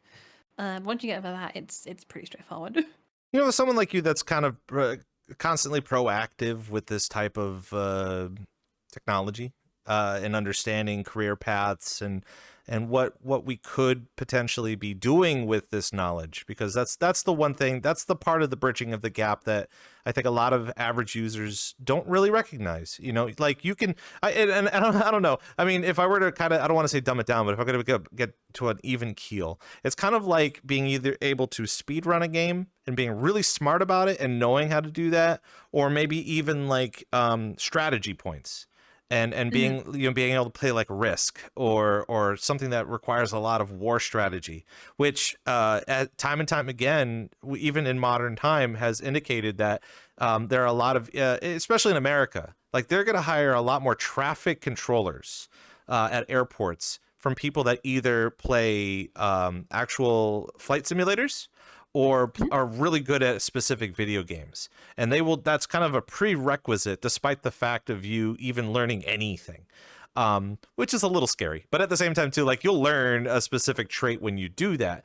But even comparable to the average, and we're not just talking about DJs in here too, because, you know, let's face it, there are some DJs in here that have already kind of learned how to do that with making worlds or implementing audio triggers and audio things and audio scenes and stuff, which is super cool. But at the same time, you're just like, oh my gosh, I'm turning into a nerd as opposed to just an audio nerd. Where else do you think, for the common user in VRChat that is starting to implement some of the coding and the VR, the C# script and stuff like that, what are some common career paths that they could potentially, like, let's just say they're going to come up to them with a resume and say, I've done this virtually. What are some career paths, in your opinion, do you think would work out really well for them? Well, C# isn't a dying language. It's very much still the backbone of a lot of applications, a lot of services, including VRCDN. So, you know, learning C# is always a good thing if you want a career in programming, because it's never going to be out of fashion. Even with the AI taking all of our jobs and blah, blah, blah, we're still going to need C# developers. And it's also a gateway into game development, because not only are you writing C#, you're writing C# for Unity. And Unity is a very powerful game engine. So, you know, you remove the VRChat layer and suddenly you can make whatever you want. Do you think it's a real troubling question, I'm going to get in trouble. Oh no. Now that Unity is already kind of like buff, like really good, and they have Unreal Engine, where do you go from there? Like, really? I mean, a lot of game studios have their own engines, like Frostbite, for example. I think that's by, yeah, don't quote me on that. You know, but they're all engines are roughly the same. You know, as long as you can work your way through one, you can probably work your way through them all. So just getting, you know, used to Unity or used to Unreal or whatever you have access to, would help with getting into any other engine. I know for the average individual, not even just video games and understanding video games or video gamers enjoying video games, but every time that I'm thinking about C# or I'm thinking about Unity or I'm thinking about like 3D modeling and stuff, my sight's always on Pixar. I feel like Pixar has always been kind of the forefront of like either technology, even with like, I know on social media recently, they've been talking about how many, how many faces on a plane can you have to make it a little bit more real and make it look like a piece of cloth is kind of dropping on a ball, compared to like Sully and the way that they program Sully's hair in Monsters Incorporated. I think a lot of people have seen that video on YouTube, let alone just be able to understand what it's like to have flowing hair, compared to how cool your computer needs to be to run something like that, where it's just constantly in motion. But again, there's a lot of people out there that just think that within VR, or that VRChat is just a game, but there's still tons of other applications within VRChat that need either a skill set in C# or being able to learn C#. Yeah, VRChat isn't a video game, it's a platform. It's a platform for people to build video games and experiences. I think calling it a video game is definitely underselling what it actually is. I think the video game part is just socializing.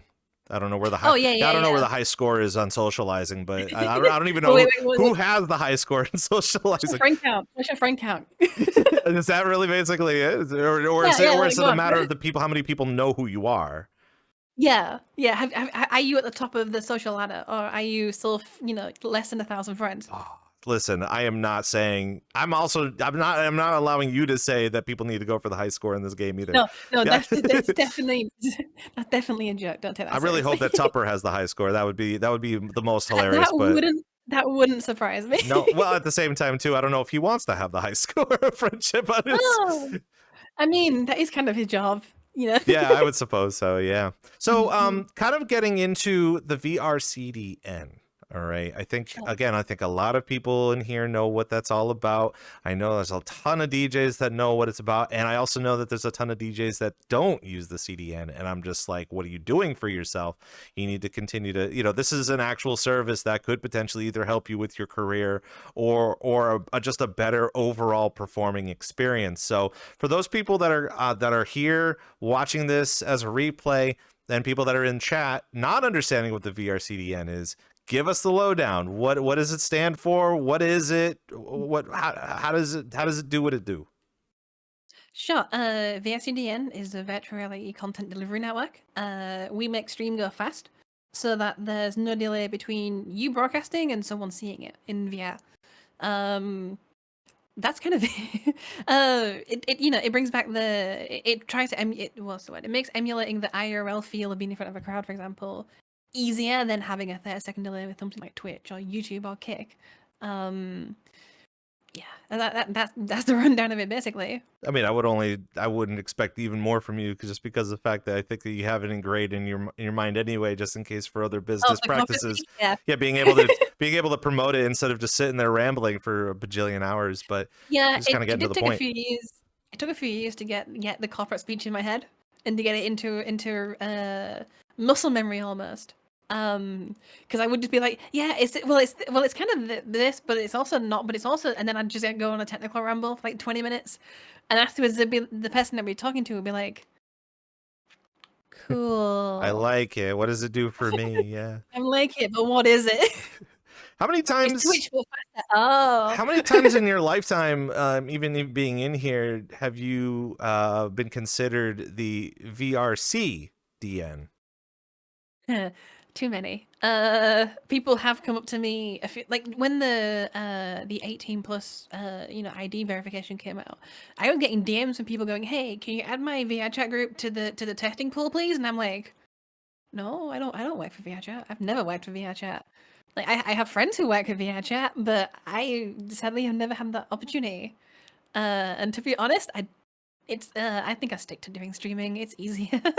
I know earlier on too, we were kind of ha-haing about the fact that it's just like there are some things that there are applications in VRChat that are known, and there's a lot of applications that a lot of people use within VRChat, and I think a lot of people also believe that the VRCDN is exclusively VRChat, which we'll get into, which is a lot of other applications that you do.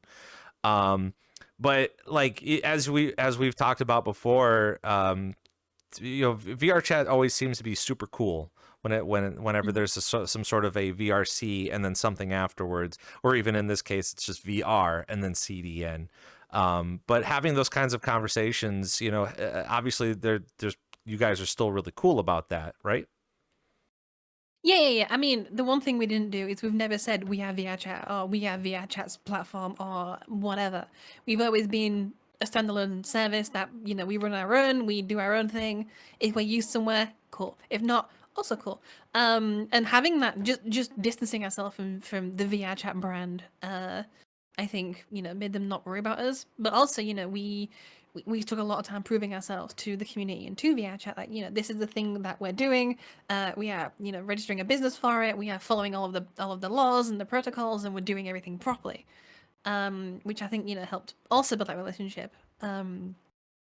Also, I just have friends who work there and they're really cool people. So it's like, that probably also helped. And they probably also, it's one of the things that I know in this program that we will probably try to get to at some point in time, where we're even asking the development team, is everything fine? Is the DJ community doing really well? as well as what are some things that we can actively work upon.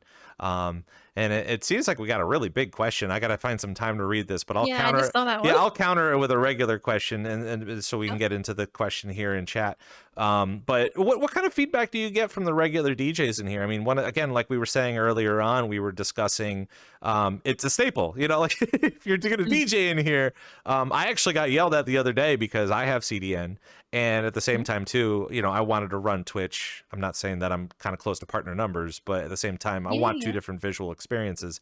And they were like, well, we use the CDN. I'm like, well, I do too, but at the same time, this is kind of what I was acting for. But Yeah, but for yeah. being a staple within the DJ program, is that something that was intended? Was that something that you kind of expected, or were you surprised by that? I mean, I never expected any growth for VRCDN. It was very much a, project I started in my apartment back in the day, for me and a friend or two. But as it grew, a lot of people are very impressed with the service and how well it runs. It took us a long time to get there, but we did. And thankfully, the community didn't ditch us while we were having the teething issues. But a lot of people are very happy with what we do, which is always good. Because we don't want people to be unhappy. That's not cool. This is a very wonderful question here in chat from New Angel, and welcome on in. But the question kind of basically is stating that, where does the CDN deliver to? I know on your website you do offer a small little map based on server accessibility, as far as, and then being able to constantly monitor it. That's something that you're very passionate about, is monitoring and making sure that everything is green. But even more so, I think this question is just kind of like, what How do you would get be, data around? yeah, it's kind of, there's different parts. We'll kind of just go ahead and brainstorm the first part, which is, what is the difference between the VRCDN and just Twitch? Yeah. Well, I mean, Twitch is also a CDN. Yeah, a content delivery network is something. It's usually a global network designed to make data available to users closer to where you are. So, for example, I'm in the UK. You are in the US, I presume. So when you access content I'm creating, you want to connect to a US server, not a UK server. That's a lot of distance. So a CDN would bring the content closer physically to you to get a better connection, a faster connection. For outsiders, for VR outsiders, it's Twitch but faster, and it's a fully standalone system, so it doesn't use Twitch, it doesn't use VRChat, but it's compatible with Twitch and VRChat, and I'm trying to think of the VR platform, Resonate. It's compatible with everything basically. The idea is, the main thing for sending the data around is VRCDN, because we do the low latency magic to make it work, super fast within VR.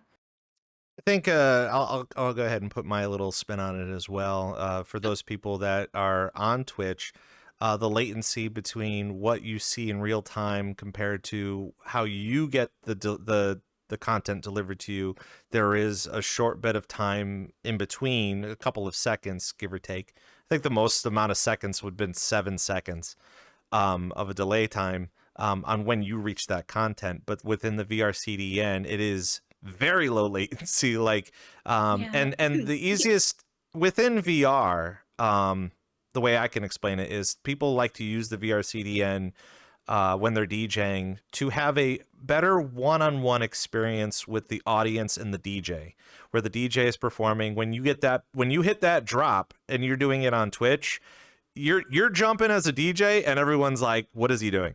like, oh, it must be a really hype moment. Oh, I have to wait until my servers get up to 7 seconds until I could see the drop, or 5 seconds, or however that's long. And that's not irritating. I mean, it's just silly to be able to, like, you can't party the same speed as your friends do, but within the low latency of how you're being able to broadcast that information, you can have an overall experience with the people in virtual reality. Obviously, this question is a little bit more outside of virtual reality. So we'll take it another step further and say, what applications are going to be used for low latency that have been working so well within your means? Ooh. So do you mean like physical applications or like Yeah, use cases? I mean, we'll dive into it too, because obviously it's going to be a little bit outside of VR. But you were Sure. explaining me earlier this week how there were some conventions looking to use the CDN as kind of a server-based thing with low latency, or even you had some Dungeons and Dragons games Yes. that were kind of being implemented. I know the other day you were trying, was it Balatro? Is that what it's called? You were playing that? You were Yeah, running that yeah, on I the played CDN? Bellator. So Yeah. tell us a little bit about how the low latency helps with all of that compared to where that audience is supposed to interact with and where it's supposed to be headed towards. Sure. Because of the latency, you can do as long as you have a quick way of interacting with the thing outside of wherever you're in, and you can live stream it. You know, the latency helps make a real time thing that shouldn't be real time. That makes sense. For example, Jackbox. A lot of people play Jackbox through VRCDN in VR and also out of VR, because it's more real time than playing on Twitch. And they can have in VR, for example, like an overlay with the game open, and then they're playing away with their friends, and they're in the same room, and um, that's a big use case for us. It just social gaming, I guess you'd call it. But yeah, the D&D one was interesting because they had a full animated table that they would project down through VRCDN. So when they're doing things in the game, that it's all animating in real time, which is very cool. I was quite impressed with that one. I'm trying to think of other use cases. Oh, mocap, real time mocap, to project DJs into other instances. That was I know I touched on this earlier, but that one still hurts my brain. I don't know how that works. And if you really kind of think about mocap, I mean, if you were to really break down mocap, just even despite the fact of like movie grade kind of mocap, where Yeah, you have yeah, the yeah. suit, you have the little balls everywhere, you still need computing power to be able to understand where the ball is located, record it in real time, and then have that going. And all of that needs to be low latency. Like if you try to move an arm and then the computer waits a couple of times before you see another thing move, like you're going to be taking several cuts of that, or it's going to be fluid and you're going to have to go back in time. You lose a lot of time. So having that low latency Yeah. to be able to focus in on that is fantastic. Yeah, it's also interesting because the way the system was built for the mocap, because it's just sent over video for a live stream, you can record that and replay it. So you can physically capture people's performances, which is really interesting. I know Slyfest did this in their relives, the replays of their shows. When you re-listen to a set, the DJ is there in front of you, fully mocapped from their actual set, which is so cool. Yeah, it's so wild too, because I think Alok was kind of the most recent example of this. Was he was on the bill for Coachella, and just out of the blue, like he ended up promoting his set at Coachella through a virtual reality experience where his avatar was, it's not as virtual as a VR chat, but like really rendered down, different lightings and just everything. It looked it looked AI generated. That's kind of what it looked like. But when he was promoting that, he was using some sort of mocap thing. But when he was live at Coachella, he was live at Coachella. So I have no idea why he did it that way, but yeah, I would only assume that there was a lot of forward motion going into that. And being able, even though VR, virtual reality, is in the name of the CDN, there's far more applications out there comparable to than the average, okay, the DJ is going to come in here and perform in VRChat, whoop-de-doo.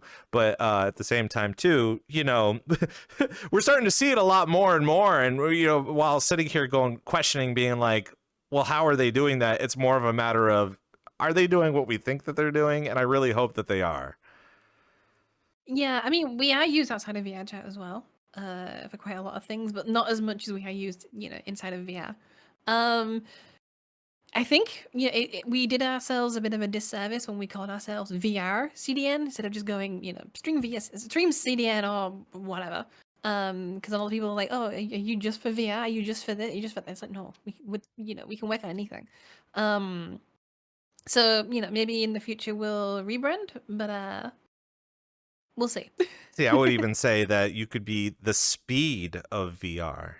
I wouldn't say rename it to Speed VR CDN. That's a lot of words. But like, if people were to ask, being like, well, are you just doing regular VR applications? You could respond with, we have the speed of virtual reality to be able to deliver that content within the network. Yeah, so, that may be a little misleading though, because when we're like I say, we're not strictly VR related. So I like the idea, but it'll be a difficult one to really back it, I Or you think. could just force them into VR and then just say, Well, nope, yeah, that's it. true. If you're joining the service, you're going into virtual reality.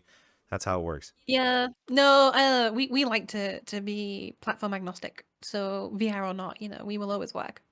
This is VRCDJLIVE. We're sitting here with Jazzy Senpai, and we're talking all sorts of different stuff today. We're talking about DJing. We're talking about people using the CDN within VRChat, and I know that's always a very popular choice in here, especially for those people that are just learning about VRCDN right now. And being able to talk a little bit about this too, because there are a lot of people in the background that hang out with our community and they want our community to grow. But some of those people, man, I want to get them on the show and talk to them about the services that they provide, but at the same time, they just like to be in the background. I know that's something that your staff is passionate about, the fact that your staff works really hard and is very passionate over the stuff, but they just like working in the background. Yeah, they're very much they enjoy. They don't. Well, I don't want to say they don't enjoy the limelight because everyone will enjoy the limelight every now and again, but they are very much. They just want to do work. They don't want to. People go up to them and be like, "Hey, you're so and so. You did this, blah blah blah." They just want to get their head down, do the work. Enjoy what they're doing, of course. And that's kind of it where they go. Sorry, I saw a question I didn't ignore, but I did let go by, the one from Roxy about tiny hats. Tiny hats is a meme that we have, where every time we do a VRCDN update, I make a new tiny hat for my Avi. I sadly don't have any in the works, but we'll see.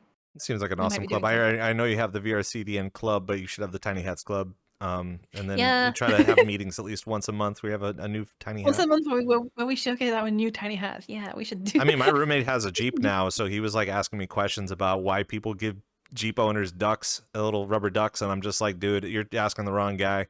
But it just seems like a thing I to don't do. know though. I guess that's apparently a thing. It's just like if you're a Oh. Jeep owner, it's kind of like a way to be like, oh, you're a Jeep owner, from a Jeep owner to another Jeep owner. Here's a rubber duck, and they'll leave it on. Okay. They'll leave it on like the hood, or they'll leave it on the car handle, and then every time you see a Jeep, you'll always see like a line of ducks in the front because those are just ducks that were given to you from other Jeep people that also love Jeeps. That is a really fun thing. I like that. It's just like you giving away the VRCDN coin at MAGfest. Mm. Now I have to collect all the coins, I guess. I don't know. Yeah, we are making another coin, but I can't tell what for just yet. Of course, we have just a very limited amount of time, but we want to take your questions. So if you have questions about the VRCDN, or if you have it, you want to chime in on some of the uses that you've had, some of the best experiences. I would hate to think that we're going to have some time to talk about all the weird negative experiences that you get to sometimes have to go through, that some people don't recognize. That's the fact that you're not in here socializing all the time. I feel like a lot of the VRChat developers, when they come in here and they're hanging out, they're just like, well, how come you're not doing your work? At the same time, like, they have lives too. They should be able to just enjoy themselves from time to time. But if you want to kind of answer this question of the craziest use for the VRCDN. Ooh, I think it has to be the MAGfest wedges where they had the spaceships on the smart badge in real life, in that they were controlling spaceships in VRChat, and you can, on the badge you could see the players in VR. They could see you. You could shoot back and forth.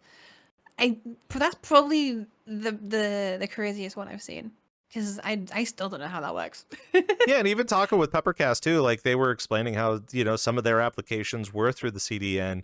They didn't go into too much to it because I don't know what kind of secret dealings that they have or something. But at the same time, I'm not enough to care to make a fuss about it. But at the same time too, it's just interesting. It's all of it's very interesting compared to the average. I'm gonna go to a convention and get dressed up and drink, I guess, or something, compared to you interacting with virtual people that are virtual characters and having a kind of a good time with it. Yeah, no, it is always interesting seeing what new crazy ideas someone's come up with to use VRCDN. Like I was saying a while ago, earlier in this conversation, it seems like every couple of weeks someone DMs me going, "Hey, I built this thing. What do you think?" And I'm like, "What? Huh? how did you even come up with this? No, I always love seeing the new stuff people are working on. It's super interesting. And I love hearing that too. I know at the beginning of the week we were kind of idly talking about the origins of the CDN and how you were putting it together, and you've even explained to me that it really basically kind of started with a Raspberry Pi. It's been exploded Yeah. into this massive thing now. But Yeah. for those that don't, I mean, I only know a Raspberry Pi or two things. One, a fruit dessert, and some sort of a computation chip thingy. Mhm. Which, funny enough, my uncle used to regenerate old arcade cabinet games on. Yes. But at the same time, too, I only know of it as being a collection of computer parts that you can make Mhm. do a specific thing. So why don't you break down like kind of how you started envisioning the VRCDN, even compared to the massive size that you have right now? Sure. When I was first building it, I had a few Raspberry Pi, which are just single board, like $50 computers. They're not very powerful, but they can do basically anything. So at the time, because I was still working on it, it was still a new project. It was running out of my apartment. So if you use VRCDN in 2019, you were running out of my apartment. Congrats. Um, yeah, I never, like I said, never expected it to grow big at all. But I went from these small, tiny computers in my apartment to renting virtual machines to renting physical machines to owning more machines than I can count. Um, it's a little crazy to be honest. And also that too. I'm just fascinated because I'm for me I'm trying to trying to connect all the different terms and Mhm. how all of that is kind of working too. But how did that kind of spiral into it? I know again we were saying how it was kind of a standard thing to do in here for the DJs, but was it almost as genuine as word of mouth, or was it more of just where people just were genuinely impressed on how the low latency was for their product? It was difficult. A lot of people's mentality was, and rightly so, they were like, "Well, Twitch is free. Why are we paying for this?" And it took a while for me to kind of hone in. Is like Twitch, 30 seconds delay. The SCDN, 0.5 seconds to 1.5 seconds. Real time streaming, global. It's a thing now. And it wasn't until two things happened that I think really kicked into the limelight. Slyfest 1 in 2020 used it, um, which Stabby mid happened somehow. I think they were having technical issues, and Stabby was like, "Hey, Jazzy's building a streaming thing. You could just use that." And then next thing I know, Slyfest is using it, and I'm like, "What's a Slyfest?" And then I'm seeing like Slushy perform on there, and I'm like, "Oh, that's a Slyfest. Okay, I get this now." um, but even after that, it was very difficult to give it to clubs and give it to DJs. And one of the first clubs to trust it, weirdly enough, with Just Pie, after talking to Tiff for a while, I was like, yeah, can we maybe try this? Because I think this could be the next thing. And she was like, yeah, I don't see why not. It sounds cool. Uh, and I remember we had two DJs, and the first DJ played, and it all went well. And then YMCA'd all in real time. It was very, very fun. And then the second DJ crashed. And I was stood at the back of the room, kind of staring at grass. And I remember everyone turned around to look at me, and I'm like, "Uh-oh, I don't know, huh? It shouldn't happen." But JP was cool with it. The DJs were cool with it, and everyone understood that this was a very early test of something that I'm still literally writing as I'm using it. Um, but yeah, it was successful, and after that, it kind of word of mouth just made it absolutely implode. It was insane. How was the business aspect of it been for you? I know earlier on, and this might be a little fun topic just for those people that are genuinely interested in regular commission work or knowing your value or knowing the value of your product. But how has business impacted you since earlier on compared to where you are now? And did you have any prior knowledge to that of understanding how you can start pricing things out comparable to things that you have access to? So I did study business in college, so I knew a little bit about what I was doing. Um, but at first I didn't want to make VRCDN a business. I wanted it to be, the apartment project. I didn't want it to become a thing I have to actually, do properly, I guess you call it. But we kind of grew too big and we had no choice. But I do think ultimately it was the best decision we could have done. Because not only now do we have proper legal protection for ourselves, we have legal protection for our users. We're signed up to the ICO, which in the UK is the Information Commissioner's Office, which means the data you give us is protected and we can prove it and we're audited and etc. etc. So from a trust standpoint, just from a user's trust standpoint, it's a huge thing because it's not the small project that I wanted. Can like for example, if it wasn't a rest of business, would you trust me with your bank details? Probably not. You shouldn't do. But we are thankfully a business, and we do everything properly, and I think that helps with the trust a lot. Was it called? Did I call it an Yeah. empowerment project? Yeah. What did? Oh, Oh, no, personal project. you're the apartment project. That's what you said. Yeah, Project, the yes. apartment project. I can't imagine any sort of I mean, the only empowering thing is that you get low latency. That's what you're empowering me is low latency. But no, and I get to brag that I have like too many servers. but just even that alone is just like I think people should be taking a page from how your business aspects are going. From a personal point of view, when we're having conversations, it's not a matter of me. It's not a matter. How do I explain this without it being extremely weird? But it's not a matter of us having conversations where you think that there's distrust that I'm going to be asking you for either a favor or a way around that I can get CDN for free, or even try to have some sort of business mumbo jumbo going. But I also believe that with somebody that has such a powerful intellect within business and business management and whatever you have, it can be troubling sometimes that a lot of people might come to you either with questions of how to get around that or have a trade with it. And I think people need to take a page off of your business ethics of the fact that you have weight based on what you have. Your product has weight, but you are also checking off all the boxes. You're going through all the legal stuff, and every conversation that we've had, it's like you're doing things through legalese that I would have not even been able to ask you about. But I think people need to kind of take that into consideration, especially if they're going to become a DJ in here as well, that you have a product, you have a brand.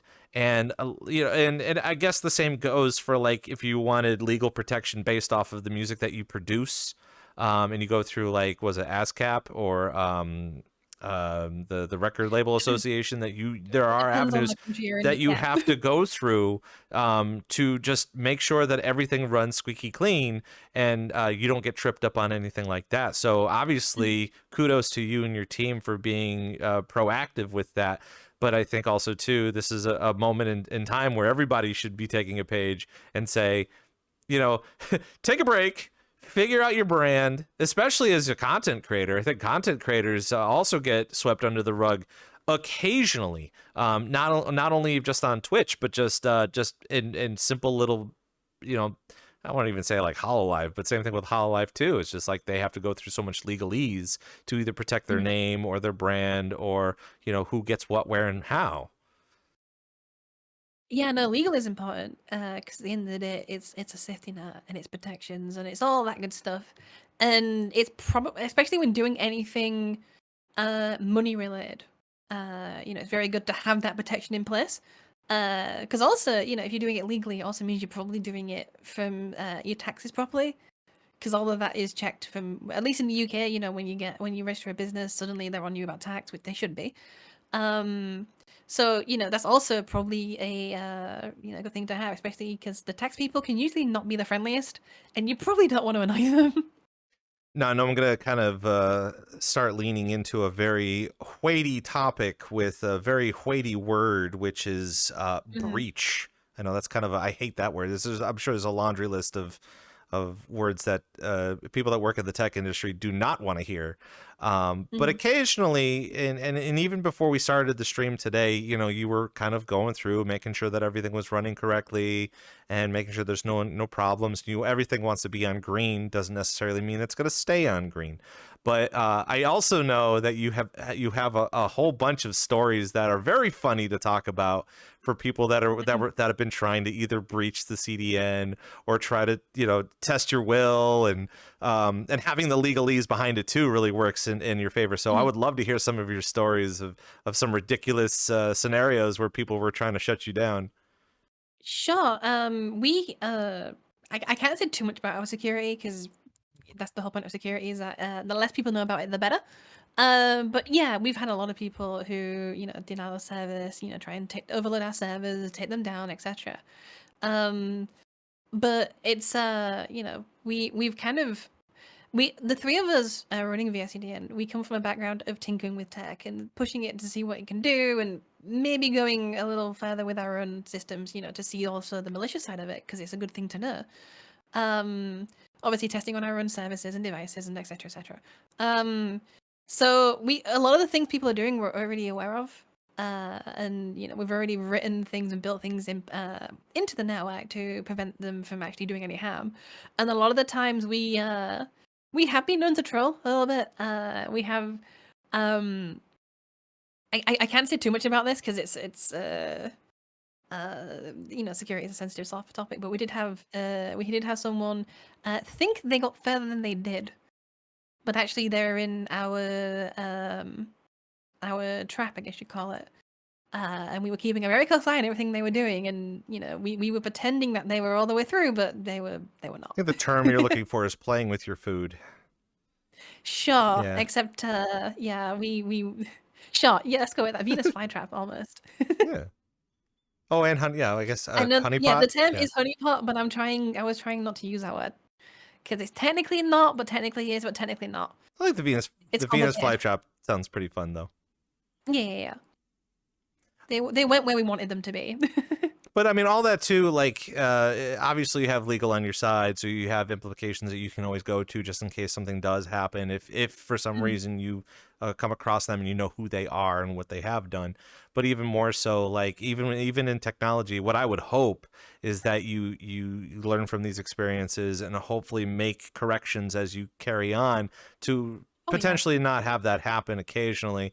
And it's funny too, because I think within the service like this, you can eyeball like Twitch, for example. Like, Twitch is a very good example of that, because at any given time, Twitch has been known to sleep on a couple of things that have happened either in chat or in their servers and stuff like that. And while I can't speak on their behalf, but at the same time, we do tend to see them repeat every year or so. You get the people that follow bots and whatever, and you think that they would be able to figure it out, but at the same time, I don't know, maybe they're still doing that. But what is I mean, do you follow along with a lot of that sort of stuff when it comes to like the streaming services like Twitch?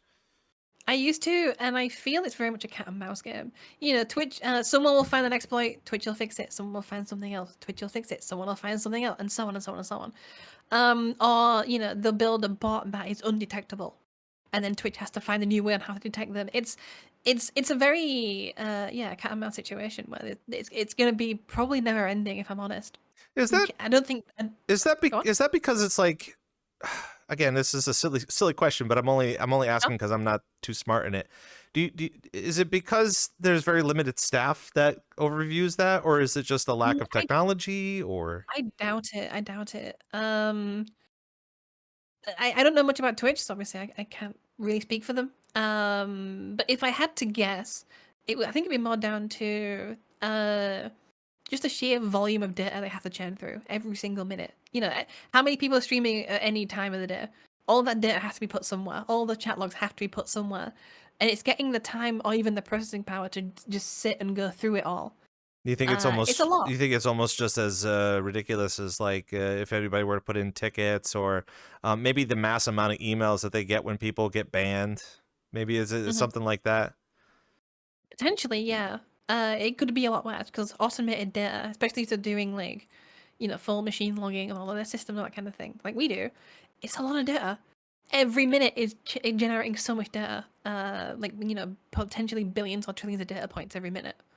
which is a lot to go through. I'd also hate to think that, again, as we kind of joked a little bit about, but what is your DMs looking like normally when something goes down? Is it usually get rattled a bit with a bunch of DM messages, or how does that usually work for your life? Not as bad as it used to be, because we have the communication channels of the Discord, of Blue Sky, of X, of our status page, etc. So a lot of people have realized, I guess, to go to them instead of bug me, because I will be busy dealing with it. Or one of my team will be because I might be asleep, that kind of thing. But yeah, thankfully it's only a few people these days who are DMing me when there's issues, but we don't really have issues, touch wood. So I don't need to really worry about that. We're sitting here with Jazzy Senpai of the VRCDN here on VRCDJLIVE, and no immediate relation in the name, I'm sure. But at the same time, too, we like to talk about all of the things within our DJ community that will help our DJ community. And as we've said before earlier on in the show, lots of people use this service, and they continue to tell more and more people to use it, and that strengthens your business and your service. And obviously, if you haven't already heard from us already, but we obviously thank you for putting it together and being able to run it, and a real good asset when performing in here and doing the best stuff that we possibly can do in here. For those people that are in chat, they might be wondering, where can people access all the different tiers and stuff that the CDN offers? VRCDN.live is the best place to get all your info on VRCDN. We do payment through Patreon. It's a choice that we will hopefully be moving away from soon. But Patreon right now is the best way of getting connected to us. And of course, it's not just for the DJs as well, but you technically can be using the CDN for gameplay and as well as I guess movies. You can watch movies too, I guess. No. No movies are against that. Yeah, I mean, if it's illegal content, you're gonna know about it. We have automated detections for all of that. That's amazing. See, that's the thing. These are things we gotta learn. Just don't do it for movies. Just do it for music and have a good time with it. And maybe some gameplay. Gameplay's good. Gameplay's good. Original content's good. But if you saw April Fool's announcement where we had a class action lawsuit put against us, which obviously was fake. We referenced things like streaming the B movie, that kind of thing. Just done. Unless you have a license, done. I can only imagine someone say either like that. I want that to be one of your funny stories, is the fact that someone did get clapped for watching the B movie illegally or something. Oh, it's happened. It has happened. Okay. Yeah. So you should be saying that more then. Don't watch the. Well, I mean, it's not exciting anymore because, we sadly do a lot of automated suspensions because of copyrighted content, and it's people are not learning, but they will eventually. Well, it's good to know, though.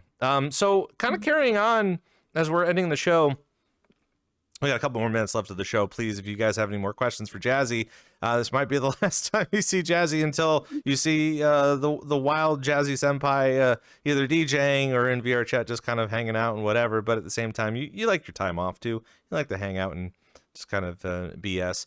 But tell us a little bit about, without going too much into it, of like how much further the CDN is going to continue to grow and continue to be a product of a good content delivery network. Again, lots of people in VRChat using it, but I feel like you have other things that you want to use it for, or comparing to the people that are just learning about it now, and what other applications with that they can use. Sure. We never really called VRCDN finished, because I think to us we're still very much in an early alpha beta testing phase, even though we've been going for 5 years now. Development takes a lot of time. We have a lot of things in the pipeline, a lot of things I sadly can't talk about. But yeah, there's going to be a lot of very exciting changes, I think, to look forward to. Although I can't give any information, sadly. And rightfully so. I mean, listen, we got a lot of fun things that could potentially happen, but at the same time, you either have to be either in the know or you know what, you could also be in the Discord and kind of chime in of what things you could potentially see with the CDN. And I think it's kind of neat too that I think a lot of people, I know we were kind of talking a little bit about it, was the implication of having that drop down menu in OBS that a lot of people didn't even recognize recently. Tell us a little bit about how that kind of got into play. I would assume that you had to get a hold of the people that made the application to kind of even have that available. Yeah, we reached out to OBS, and we requested to add us to the list. After some back and forth, because we messed up a few things. You know, we're still learning. They did accept us, and now VRCDN is on the server drop down of OBS, which is pretty cool in my opinion. Yeah, it's super cool, especially because of the fact that you have to put in that information anyway. But once you put it in there, you can just lock it into place, and then you don't have to think too much about it. But even just having that name in there is super neat to be able to just drop down and be like, I know the person who made that, and oh my gosh, it's a cool product, and it's so easy for people to use and stuff like that. So Yeah, we do want to expand that. We're looking into things like doing, you can log into VRCDN through the drop down, and it pulls your keys automatically. We're looking into that. There's a lot we want to do with that, but yeah, we're a small team. We have a lot to do. We'll get there. and the best way that you could technically support the project is to buy into the CDN and use it.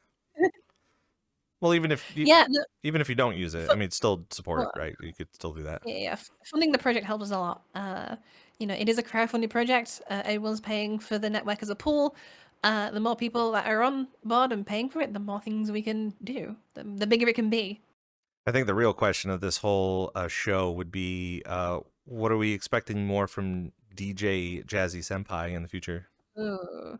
I may be IRL soon. I can't say too much, but we'll see. Don't start that on the show. You know I'm interested in what like. I'm not saying that you're going on tour, but I would also I would also say too, if you were to do a VRCDN tour in the States, you would be getting a ton of tickets of people coming out. You would see so many VRChat people across the United States. I'm telling you. Yeah, it's an interesting concept. I don't think a tour for us would be very good. We did do a showcase event a few years ago in VR. We had our own festival.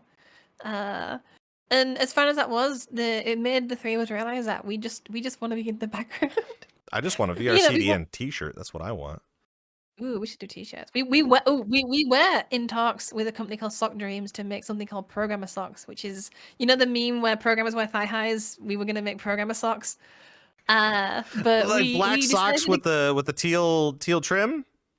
Yeah. Like VRCDN branded thigh highs, Programmer Socks. But sadly, we did not end up making them. That's too bad. We have the VRCDN coins that we take to conventions, like MAGfest.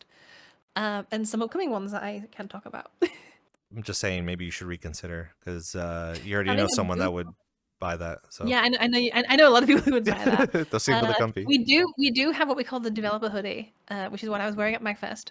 And that you will see a few people with them and with special variants that I've given to close friends. But we tend to rarely do them.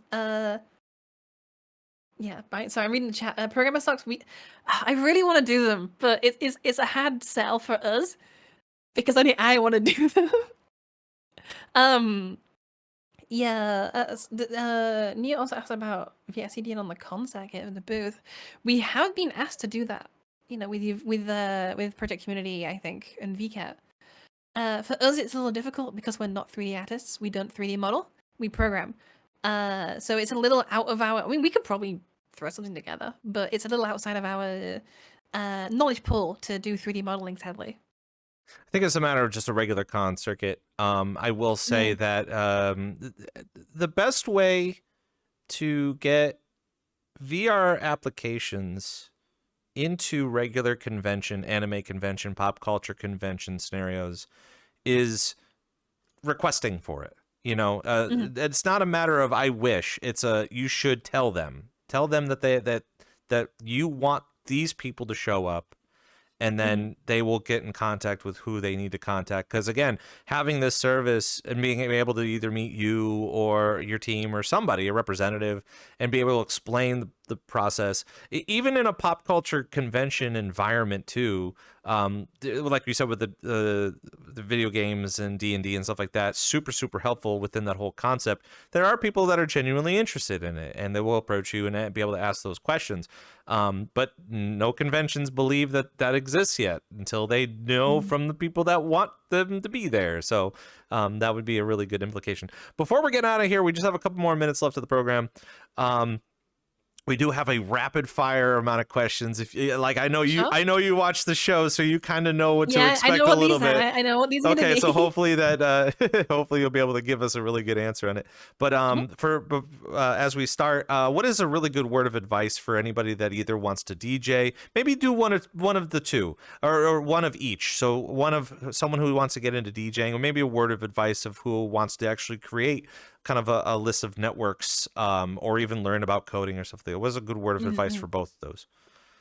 Getting into DJing is just do it. I know that's probably a really cliche answer, but just do it. Find genres you like, get licensed music, of course, and just try it. You know, it's very accessible. The controllers, even the cheaper controllers, are getting pretty good these days. For programming, start with an idea, and then build the idea. Don't use ChatGPT because that's cheating, and you will not learn anything by copy pasting. But yeah, there's plenty of resources online for programming. To start with an idea, so you have the motivation to build something, and then go and build it.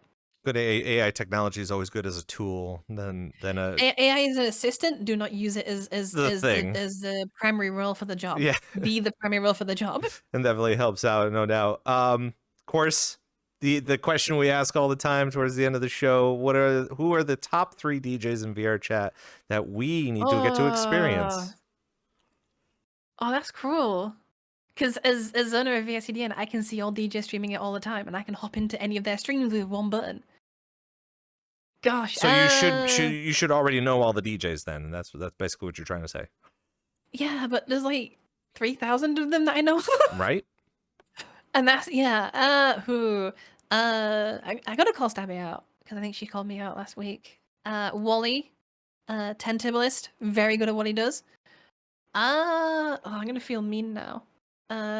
Naku. Going Naku. Did you know Naku had his first IRL DJ performance a couple weeks ago? And I wasn't that. I'm so upset. Isn't that wild?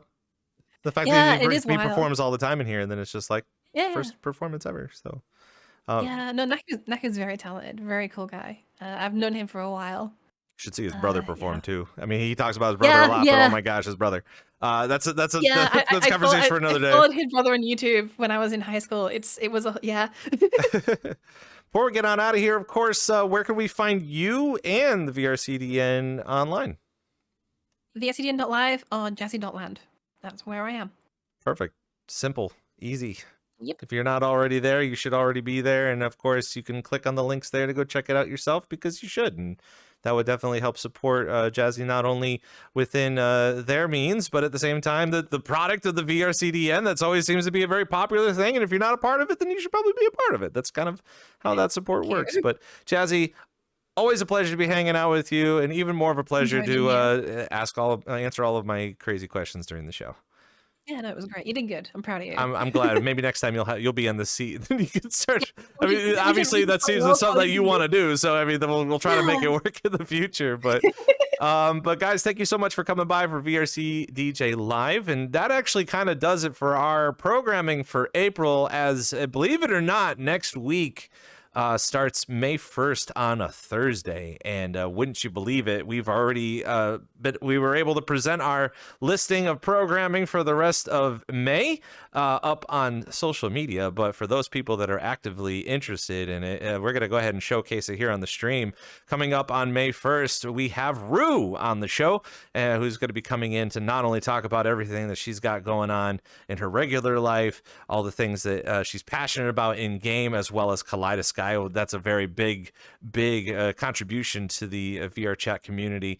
But also a lot of the IRL performing that she does is I think a lot of people don't actively see all the time. So definitely a really big show happening next week with Rue. So make sure you're paying attention to that. We're also joined the following week by Crunchy Joints, who's been making lots of waves in our community as well, performing at many different venues and being able to discuss all the things that they're doing. and getting to know them a little bit more, because I think a lot of people may not recognize them very immediately. Just as we've kind of already explained with a lot of the festivals going on, we also will be joined by The Gathering to be able to talk about their upcoming projects, as well as all of the little cryptid videos that they've been putting out recently. Hintity hint for a lot of the things coming on for the showing of that, so make sure you pay attention to that. We do have a week off after that. I'll be traveling to MomoCon, and who knows, maybe we'll run into some VRChat DJs at MomoCon, and we'll be able to talk with them as well. But at the end of May, we are also going to be joined by Murdukes, or however you say his name, and being able to learn a lot about his playing style. But also, he has started a brand new community, rave community in here, as well as a DJ school. Wouldn't you believe that? DJ school in VRChat. So if you're looking to get into some DJing, he's the kind of guy for that. A couple more house, what do we call it? Housekeeping, yeah, a little bit more housekeeping things that we have to kind of deal with before we get you on out of here. Number one, the time frame for the VRC DJ radio is coming to an end fairly soon. May 1st is going to be the day, so you do have about a week to put in your 45-minute submissions of all sorts of music that you like to perform. And if you'd like to be featured on VRC DJ radio, that is going to be the way for you to do that. So please check out all of the posting and information about that up on X and Blue Sky, now that Blue Sky's back up. And make sure that you're putting your hands in on that. I think it's going to be a really fun program to be a part of, and it'll be a way for you to be involved as well. Lastly, before I get you on out of here, obviously some really big news about Server Room from Subsystem, that they are closing their doors this Saturday. And as I was just talking with Merles today, he says it's going to be one for the books. So please, if you have some moment this Saturday and you're looking to be a part of all of the mayhem and all the things that are going on with Subsystem Server Room, I would recommend that you go check that out either up on social media or up on the timeline. I was going to say the TL, like the kids say it. That's pretty much the housekeeping for us. So for Jazzy Senpai and the crew over at VRCDN and the staff of VRCDJLIVE, I'm Rob Roman. Thank you guys so much, and we will see you guys next week. Bye-bye.